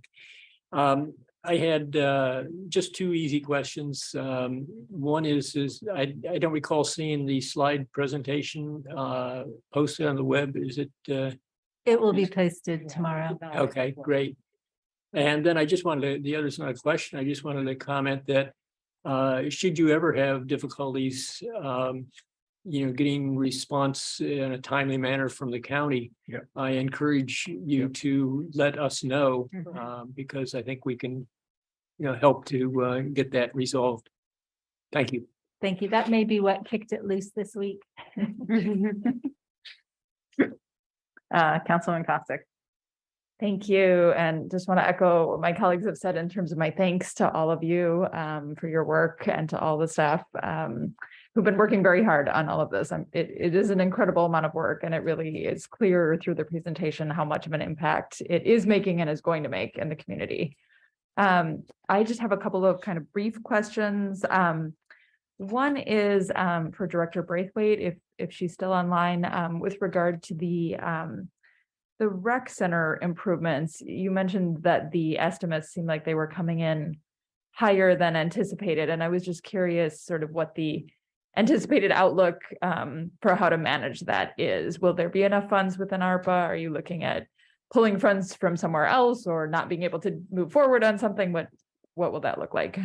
Well, at this point, we're going to be gathering additional information and additional proposals. In particular, our first quote we got for the roof replacement came in at $330,000, far beyond the $100,000 that we assumed.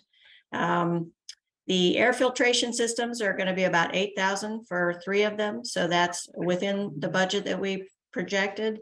And the HVAC system, we had kind of hoped that we could keep it band-aided together, so that's a new and additional item. And that'll probably be in the $15,000 range, which is well within the budget. So the roof project is what's particularly going to impact us. So we'll be reaching out to other vendors and getting some additional pricing. And it may turn out that we have to come back to the council with request for additional funding. Mm-hmm. Thank you. Yeah, we'll look forward to updates on that. Just other mostly comments. I had the same comment as Councilmember Siemens with regard to the mental health crisis counselors and really wanting to move that forward. And so if there are any delays, please do let us know and we can see if we can help in any way. I'm excited to see the work on the direct cash assistance program as well. And as the mayor asked about, my question and thing I'd like to prioritize is just making sure that we're helping connect people who contact the city through that program and other programs with other resources as well, because as you mentioned, there's so much interconnectivity and other programs people might not be aware of. So, if there are new contacts that are being made and new people who are coming in to make connections with the city, it'd be great to use that opportunity to connect them with other departments that they might not be connected with. And then on the Community Navigators program, would love to see that move forward. I know there's a lot of other things happening, so I can certainly understand the delay there. But as you said, it seems like there's some great connection between that and other things that you're doing. So that's really exciting to hear. And then finally, just in terms of the reporting, I know that the National League of Cities is really interested in hearing about how communities are using ARPA funds, because it's a great way to report back to Congress and show the impact of the funds. So as we're moving forward with the reporting, would love to make sure that information is being funneled to National League of Cities so we can continue to show the impact and the importance of maintaining these funds and investing in communities in these ways. Thank you.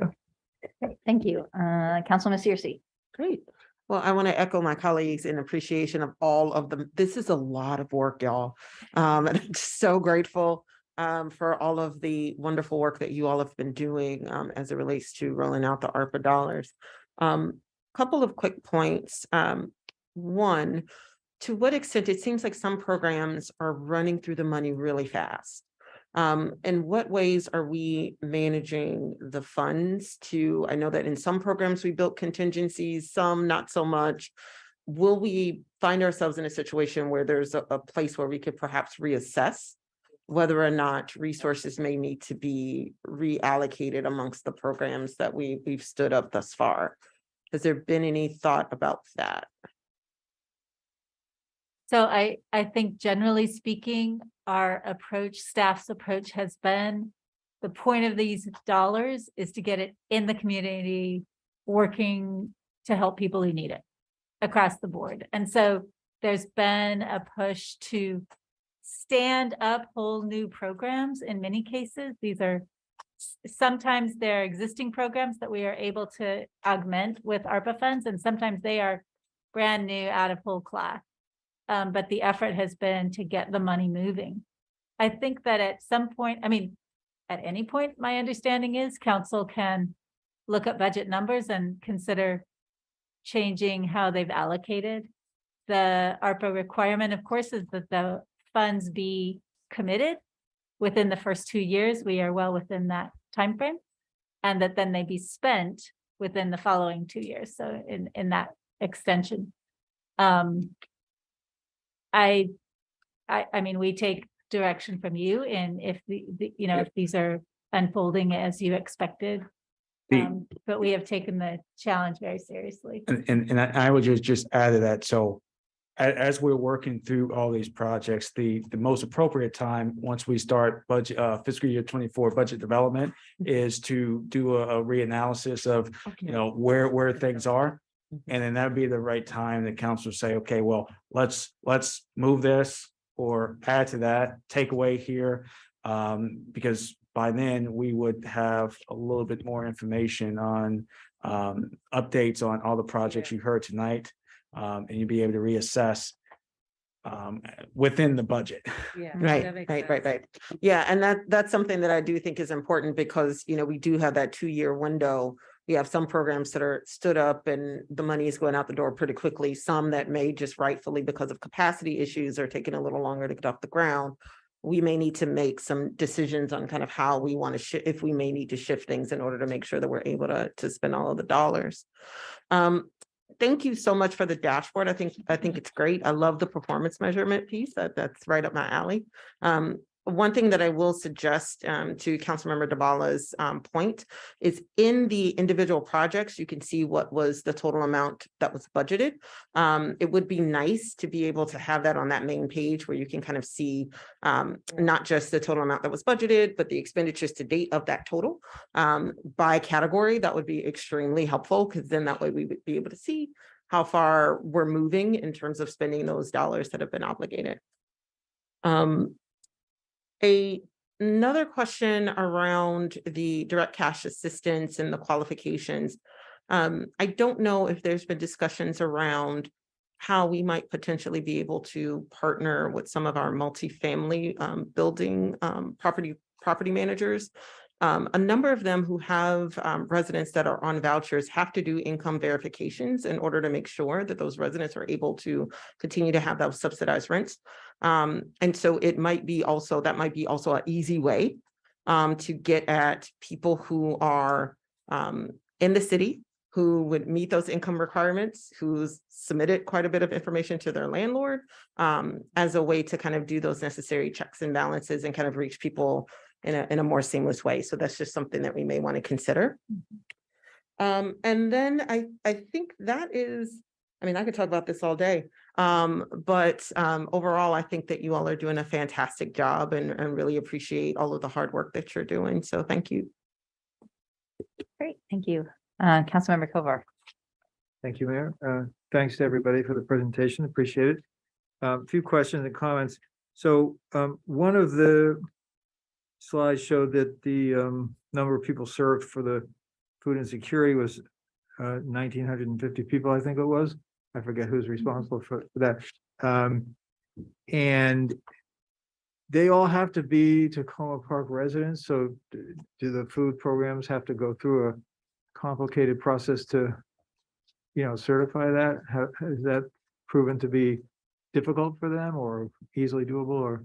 That's a great question that I unfortunately don't have the answer to at the moment, but Okay. it's something I can get to. Check on that. And then I liked how most of the slides showed the different numbers of people who were served, which is obviously great information for us.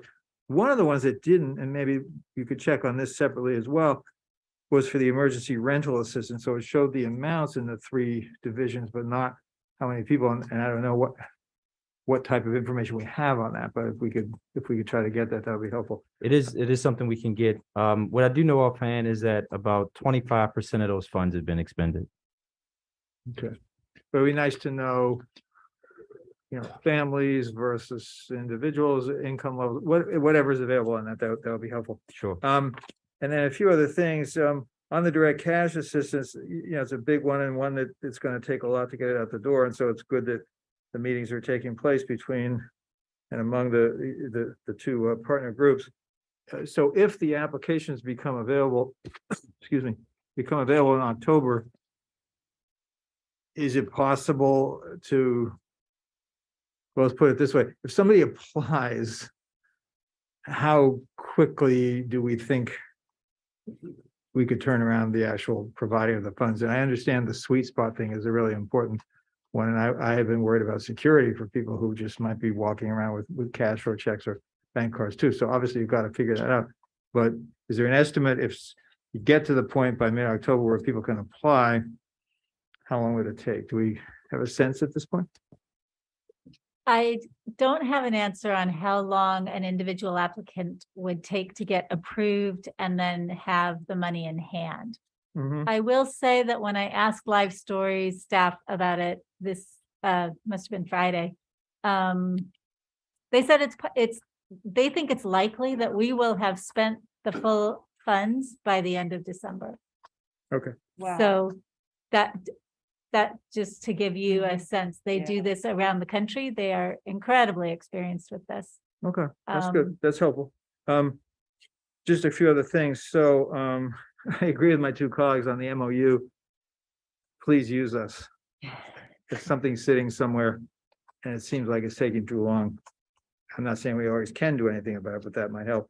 On the community navigators or community connectors, and I'm not upset that it's taking longer to get that one set up because that's a brand new program and really we haven't had anything like that before.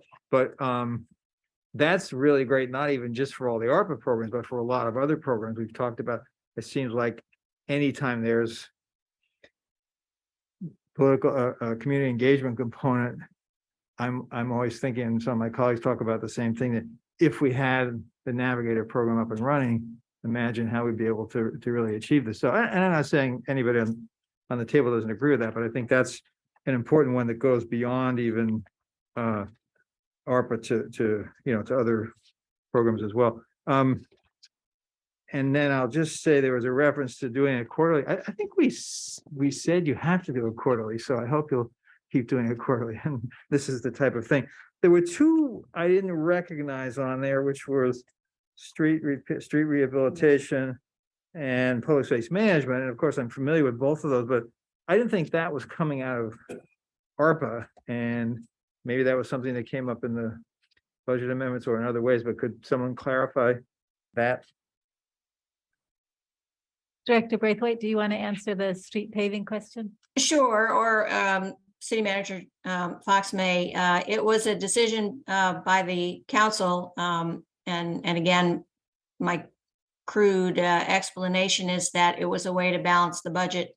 So the funds that were allocated in the CIP originally or requested in the CIP were reduced and applied to ARPA in order to make the budget numbers work when the council was establishing the FY23 budget. All right, I didn't remember that. Maybe we can Yeah, just, that's correct. can we? Yeah, that's correct. And we went through a council and that's when we had the discussion we was talking about when we had the senior leadership team meeting workshops and we tried to decrease, we had the 9% cut across and we found $3 million. It was in that conversation that Deputy City Manager Clark and I had shared, and Deputy City Manager Clark share with council of how we move items around within ARPA to try to help balance the budget as best we could for this fiscal year. Maybe, Yeah, my recollection is that it was on a reconciliation list Yes, it was. through the process. So it should be documented on the we don't reconciliation. have to resolve that tonight, but maybe that can just be sent to us later, just as a reminder, because I'm not remembering it. And then the same thing for the other one I just mentioned, which was public space management. Was that in the same category? Yes. I remember that. So if we could get both of those as a reminder, because that just didn't, I didn't remember that. Yeah. Thank you. Okay, not seeing any other comments or questions. Just want to say again, thank you so much to the outstanding work you all are doing. And maybe my last suggestion is, given the dashboard and all the work, I might suggest to the city manager, if Donna Wright, our communications specialist, I think getting this out there more widely. And as Councilman Costick said, there's a lot of communities that are looking at, what are some of the best practices? How are people spending their ARPA dollars? How are they keeping track of them? Getting the word out about the amazing work you all are doing, whether that's like the MML magazine or newsletter, NLC, even something as local as Source of the Spring, I think would be beneficial, so people can see the dollars at work. And I'm glad you mentioned communications, because the behind the scenes work for tonight from the communications team and the IT team, and Dan Powers, our data analysis analyst, has just been enormous, trying to get this in a form that's concise enough, but visually tells the story. So huge kudos to all of them, and Donna really led the charge. Great. Well, terrific. Thank you so much for that. And I don't know if our next work session is on the library project update, so I imagine some of you are staying. And for this item, there's just a couple of things I just want to say for the mental health MOU. I want to just clarify, we've been working with the county throughout that period of time, so it wasn't like we haven't heard from them. So I just want to be very clear, and our county friends that's listening tonight, not saying that we haven't worked with them. So I just want to clarify that piece. This evening, we have the library project, and I just wanted to just say thank you for Roz. Roz has done a great job with ARPA, and now acting Deputy City Manager Clark, who's taking the lead with the library project. I turn it over to you. Good evening, Mayor and Council. In the essence of time, first of all, we're very excited about the library project and where we are. But in essence of time, I'll turn it over to Director Jones and Director Eubanks. Great, thank you. So thank you for the opportunity to provide an update tonight. This is also sort of a continuation of the library's ARPA project updates, since there are ARPA dollars allocated to this project. Of course, we're still early in this process, but it's moving along with great speed at this point, which is great. And we're out of the design process. We're bringing the community's vision for the space to life. So we're currently at the stage where we're relocating the library and computer center. Looking forward, these are some of the things that we have coming up. And this is a very broad overlook. There are certainly a lot more things than this that have to happen before we reopen our doors. But I am excited about where we are.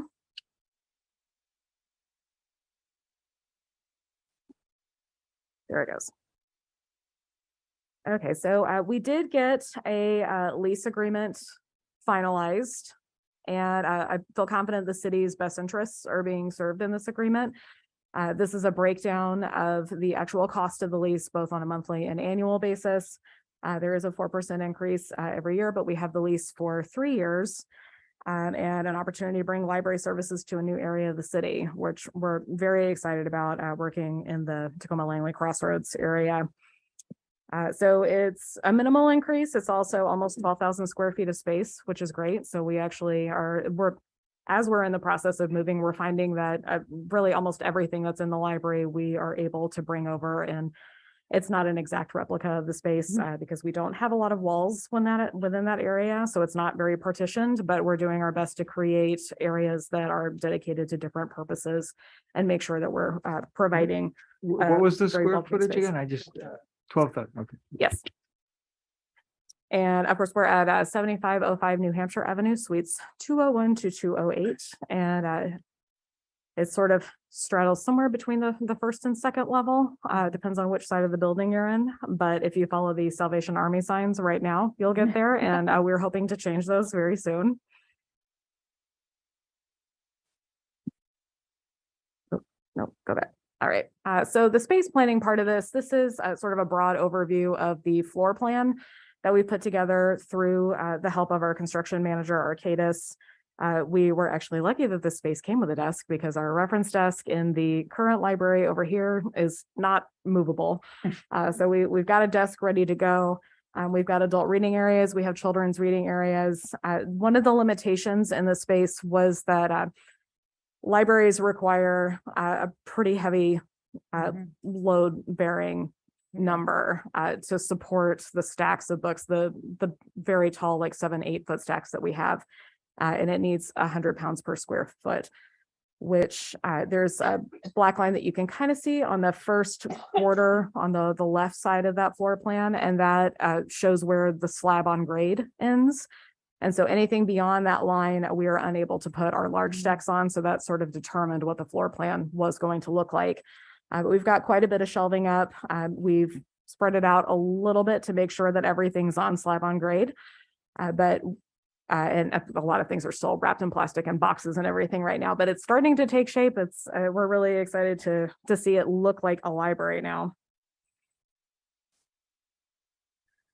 To get to the point where we can actually open in that space, there is some outfitting that has to happen. So we've got the network access portion up and running. IT's got us connected to the city's network, and they've got wireless access points up and running. So staff can connect to the staff network, public can connect to the public network. That is all up and functional.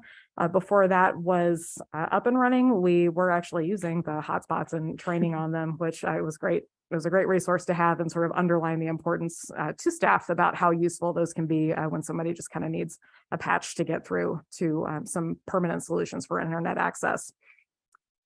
In the previous life of the space, it was a retail space. And so it's not very well equipped currently to support a whole lot of workstations. And that's one of the main things that we're working on now, aside from the move, is the electrical work actually just started today.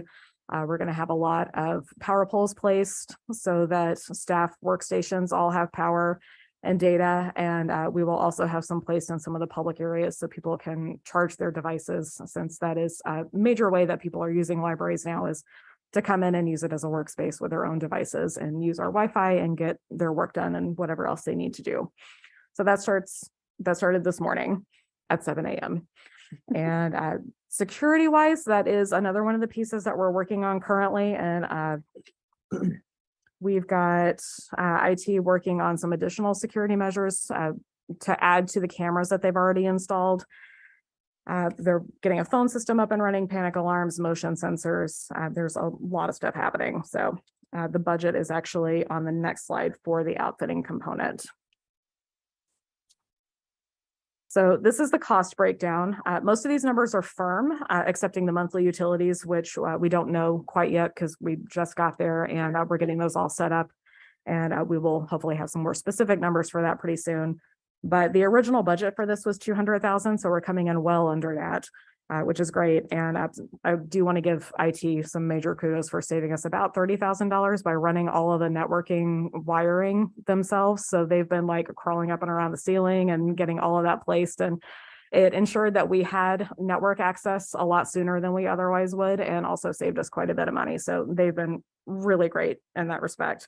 And also for getting all of the other quotes for things like the phone systems and the networking and all kinds of stuff all ready to go for us.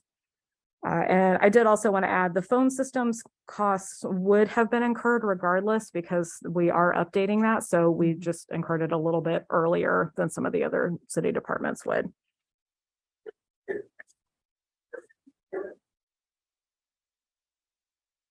So we have a target reopening date in mid-October.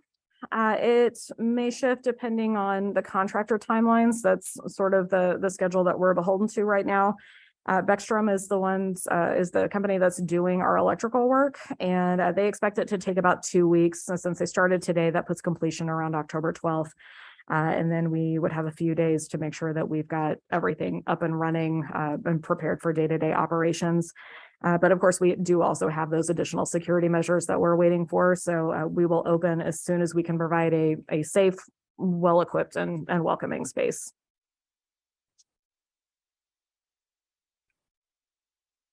No, go ahead.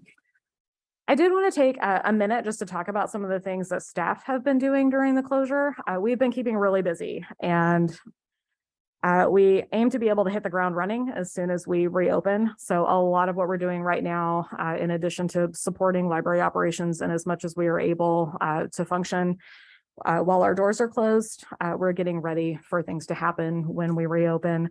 That includes finalizing circulation policies for the hotspots and for Chromebooks, and having discussions about whether we need to have things like a form that somebody fills out at the first checkout. We don't want to intimidate anybody who needs those services into not using it because of the financial liability, but we also want to make sure that people understand the value of things that they're checking out. So we're trying to weigh all of those things very carefully, and with the community's needs in mind, we're trying to be sensitive. We're also, of course, supervising the movers. We're making decisions about shelving locations. Shelving has been a little bit of a challenge because of the restrictions on where it's placed, the amount of wall space that we have, which is actually not a whole lot. It's mostly an open space, and there's a lot of glass as well. And some of the shelving that has been there for a very long time, and longer than the staff had. So it's a lot of people don't know the ins and outs of how it was originally installed, except for now that we're taking it all apart. And some of the shelving does not have the base unit that actually stabilizes it on the bottom. So it has to be attached to a wall. So we are doing a little bit of improvising right now and making sure that we still have everything out and accessible to the public once we reopen our doors. We're also creating some guides, both internal and public facing, for orienting to the new area. And that includes things like public transit guides, making sure that we know all of our neighbors. Of course, everybody who works in that center, it works in Tacoma Park, so they're eligible for a library card. And we're talking about getting to know everybody and getting them signed up for library cards so they can also share all of the resources that we have and promote it with us. And we've also got a lot of outreach and stuff happening as well. We still have programs happening. That's been a major undertaking, particularly for our youth services staff. They've been facilitating 3 weekly programs during the closure, Tuesday, Wednesday, and Thursdays. We've had 16 programs since the closure for all ages. We've reached at least 675 residents. And that actually doesn't include the numbers of people that we've reached at outreach events that are not dedicated library programs. So we've really tried to be out there engaging with people and still a visible presence in the community.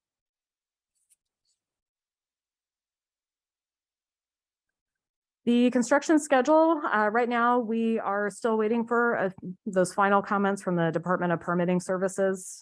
We expect those comments any day. And we are still on track to issue the full notice to proceed in the middle of October. We also have a groundbreaking ceremony coming up we've decided to do, so there will be more details on that very soon. And I did also want to add that the solar panels have been removed and stored. And then we've got the upcoming capital bike share to be removed on October the 5th.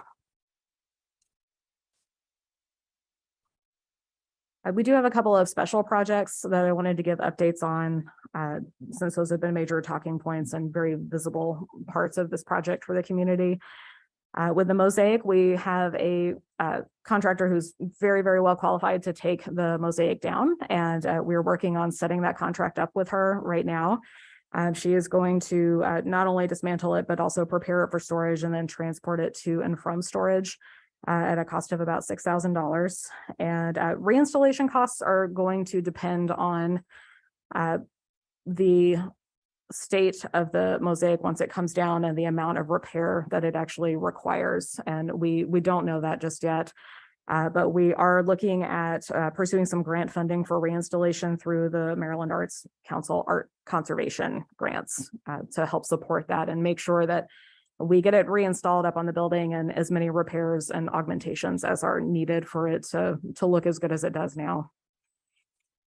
With the tree repurposing, of course, we are still planning on trying to work with Tree Incarnation if the wood is suitable to have furniture made for the library, which I think is going to be a really great way to keep that in the library. Of course, we're still sad to lose those trees, but hopefully we can keep them with us.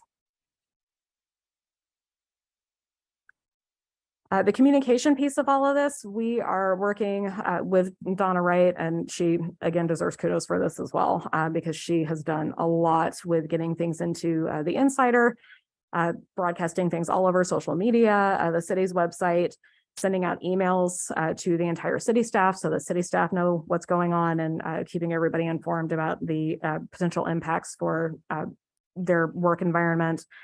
We do, of course, have that new email address set up. People are definitely using it, which is great. And those emails go to both me and Donna. And we answer those as quickly as we can. We do have some print resources that we're using. The monthly newsletter is the big one, both with a regular column inclusion. We're including details about this in all of our regular correspondence with it. And then we've also had a few special articles about the new location in particular, and we will keep doing that to keep everybody informed through the newsletter. Our youth services staff went to back to school night events at all three of our neighboring schools here, which was great to get to know people. And we are contributing to those Sunday emails that go out to families. So we're reaching people that way as well. We've also got a lot of in-person events. Some of these are recent ones that we've had. Of course, we had the public meeting. Our staff was at Play Day and the Montgomery College Volunteer Fair. Our youth services manager, Veronica Rivera Negron, was at the Smithsonian doing some story times with them on the 17th of September, which was great. And we have Monster Bash coming up, which we're also very excited about. And the library is sponsoring a new costume contest category for best literary costume, if you're interested in dressing up and competing. So we're very excited about that. And that's our update. Great. Thank you so much, Director Jones, for that update. We really appreciate it. It's nice to hear about the new costume category entry for Monster Bash.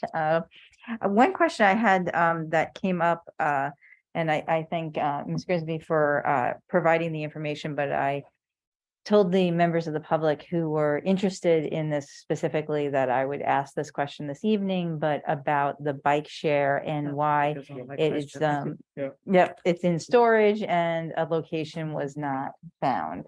Yes, and I have. I can take that. If you Oh, want. okay, sure. Thank you, Director Eubanks. So that process started back in August of this year. And it was quite extensive. As council probably already knows, Capital Bike Share is managed by Montgomery County Department of Transportation. So they oversee the program for all of Montgomery County. And so it was necessary for city staff to work with MC-DOT to identify a new location based on a number of parameters, which aren't necessarily obvious. So there's some logistical and legal considerations.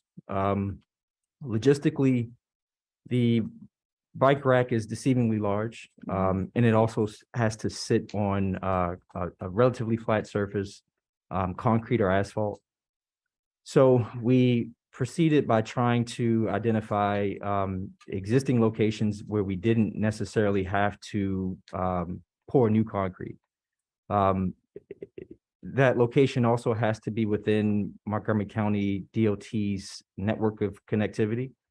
Essentially what that means is that it has to be within a designated area where a person who's using Capital Bike Share would be able to go to another Capital Bike Share. So that's a fairly defined area. The location also is prohibited to, in terms of proximity to schools, of where it can be located. So it can't be located within a certain distance of schools, for a number of reasons that the public school system could probably give you the details about. And then there's also a logistical issue with the amount of sunlight that the Capital Bike Share has to see. It is powered by the sun. It's a solar system. And so it has to receive adequate sunlight. So when you combine all those pieces together, it makes a location very difficult. For instance, the concrete pad or the asphalt pad has to be 14 feet by 45 feet. So that's no small location. And so ultimately, after identifying some potential sites, none of which worked, Montgomery County DOT decided that the best outcome was to store it temporarily until the former location is available again. Great. Well, thank you for that very detailed response. I very much appreciate it. And I did not know bike share could not be in close proximity to a school. It was a surprise to me too. Yeah, it's very interesting. So thank you very much for your diligence and trying to identify a location. Councilwoman Devala. Yeah, I didn't mean to laugh in the middle of what you said, but I was remembering the original sighting with some of the locations and some of the exact same problems and how difficult it was to find, particularly that 14 by 45 was quite a challenge. The other question that I had to do with the Department of Permitting Services. So again, primarily for residents, not so much for us. Specifically, what permits we're looking for and what, if anything, other than the time it takes to get a permit, is there any particular issue other than that? Because it takes a while to get a permit.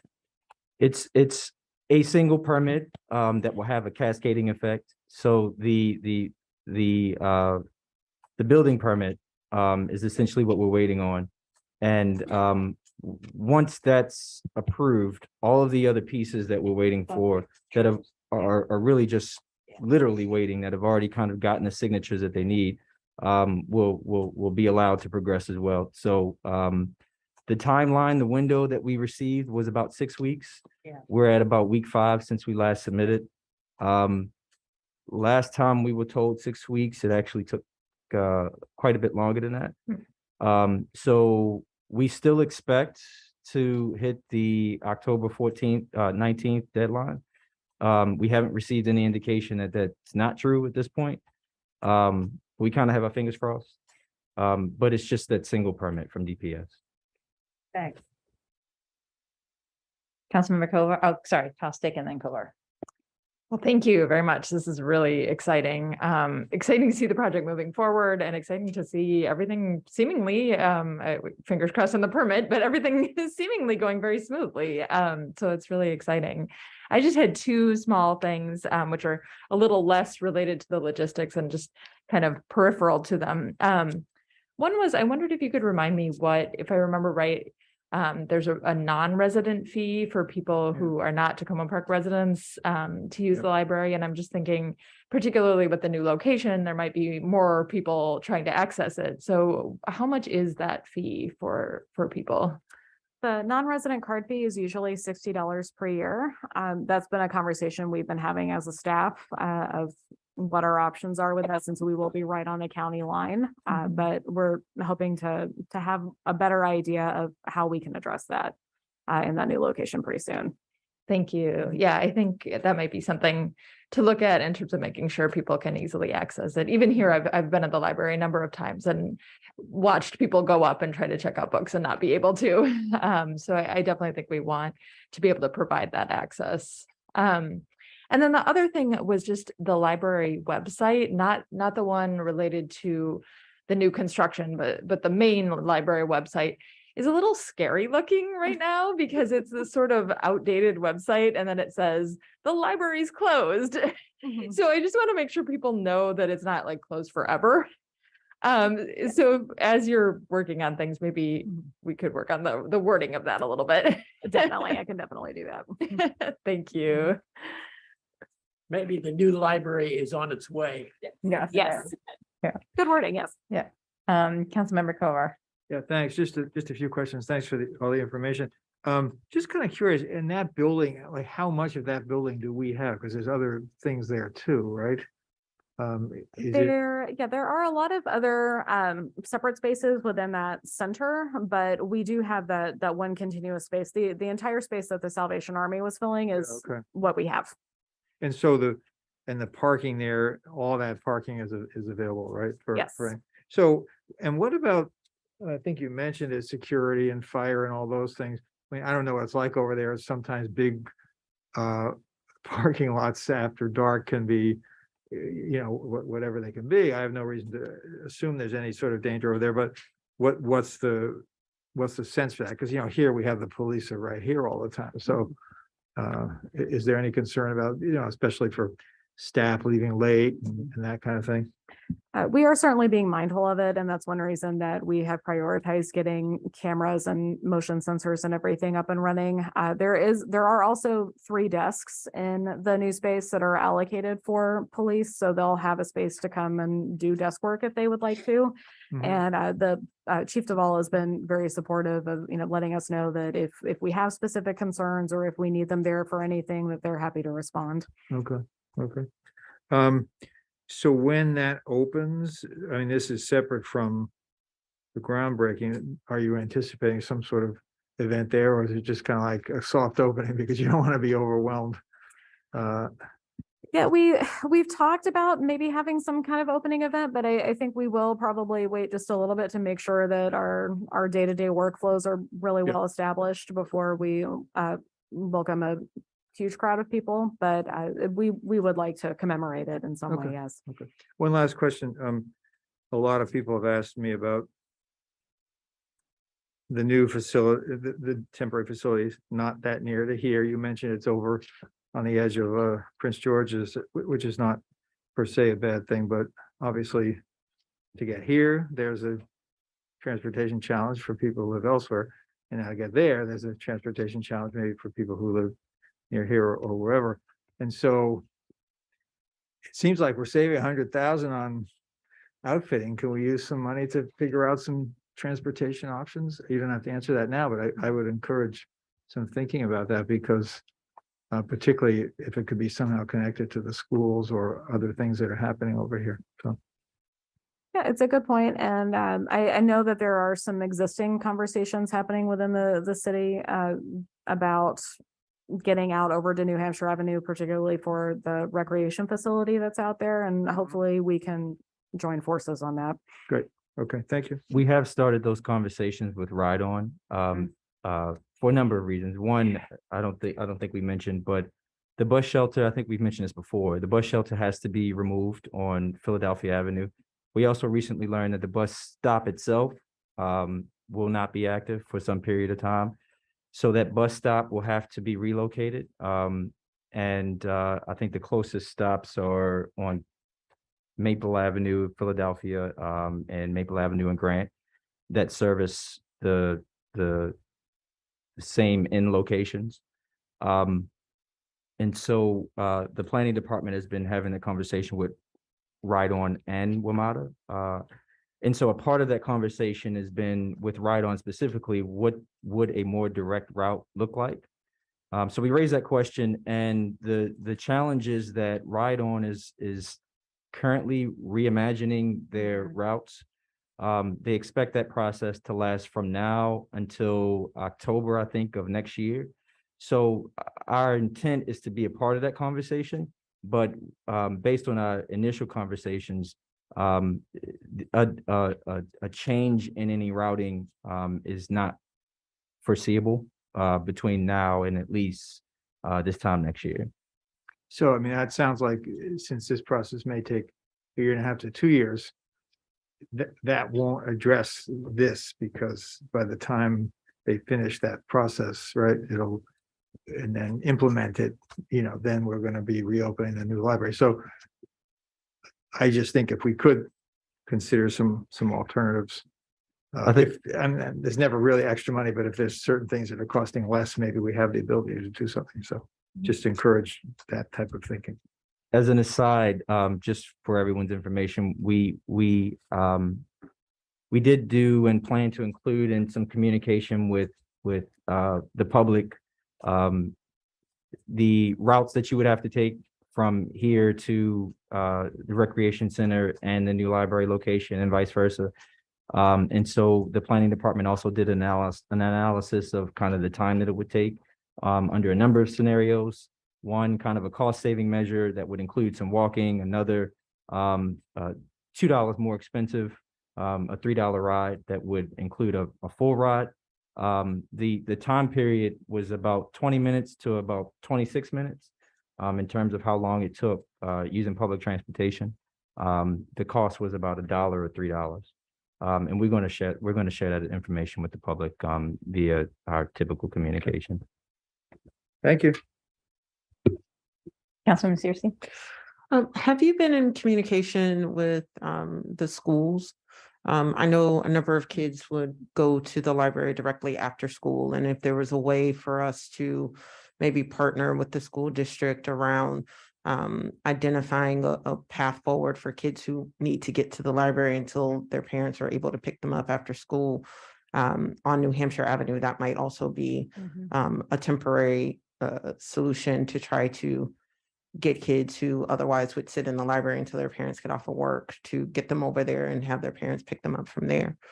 So that is something that I would suggest that we try to pursue because it is an issue and we've been dealing with it in Ward 6 for quite some time in terms of trying to make sure that residents are able to leverage, especially those who don't have cars, be able to leverage the resources on this side of town without a car.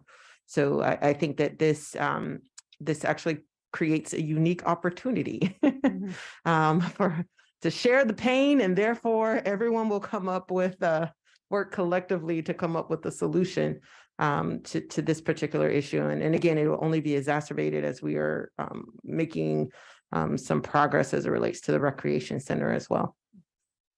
Unrelated to the transportation aspect of that, the library is looking at ways that we can still be an active presence in the after school hours over here. So we are looking at trying out some after school hours at the middle school and also partnering with a couple of the other schools and I think using the Hefner building as well, hopefully. Great. Well, I see no other lights on for questions. Again, thank you very much, Director Jones, Director Eubanks. The work is outstanding and we look forward to getting continued updates, and we will cross all fingers and toes to make sure that permitting gets done on time. But again, if there's anything we can do to help facilitate that or reach out to our contacts in the county, please don't hesitate and let us know how we can be of assistance on that. Thank you so much. Thank you, Council. And that was our last item on our public session tonight. The city council will now adjourn and meet in an administrative function session.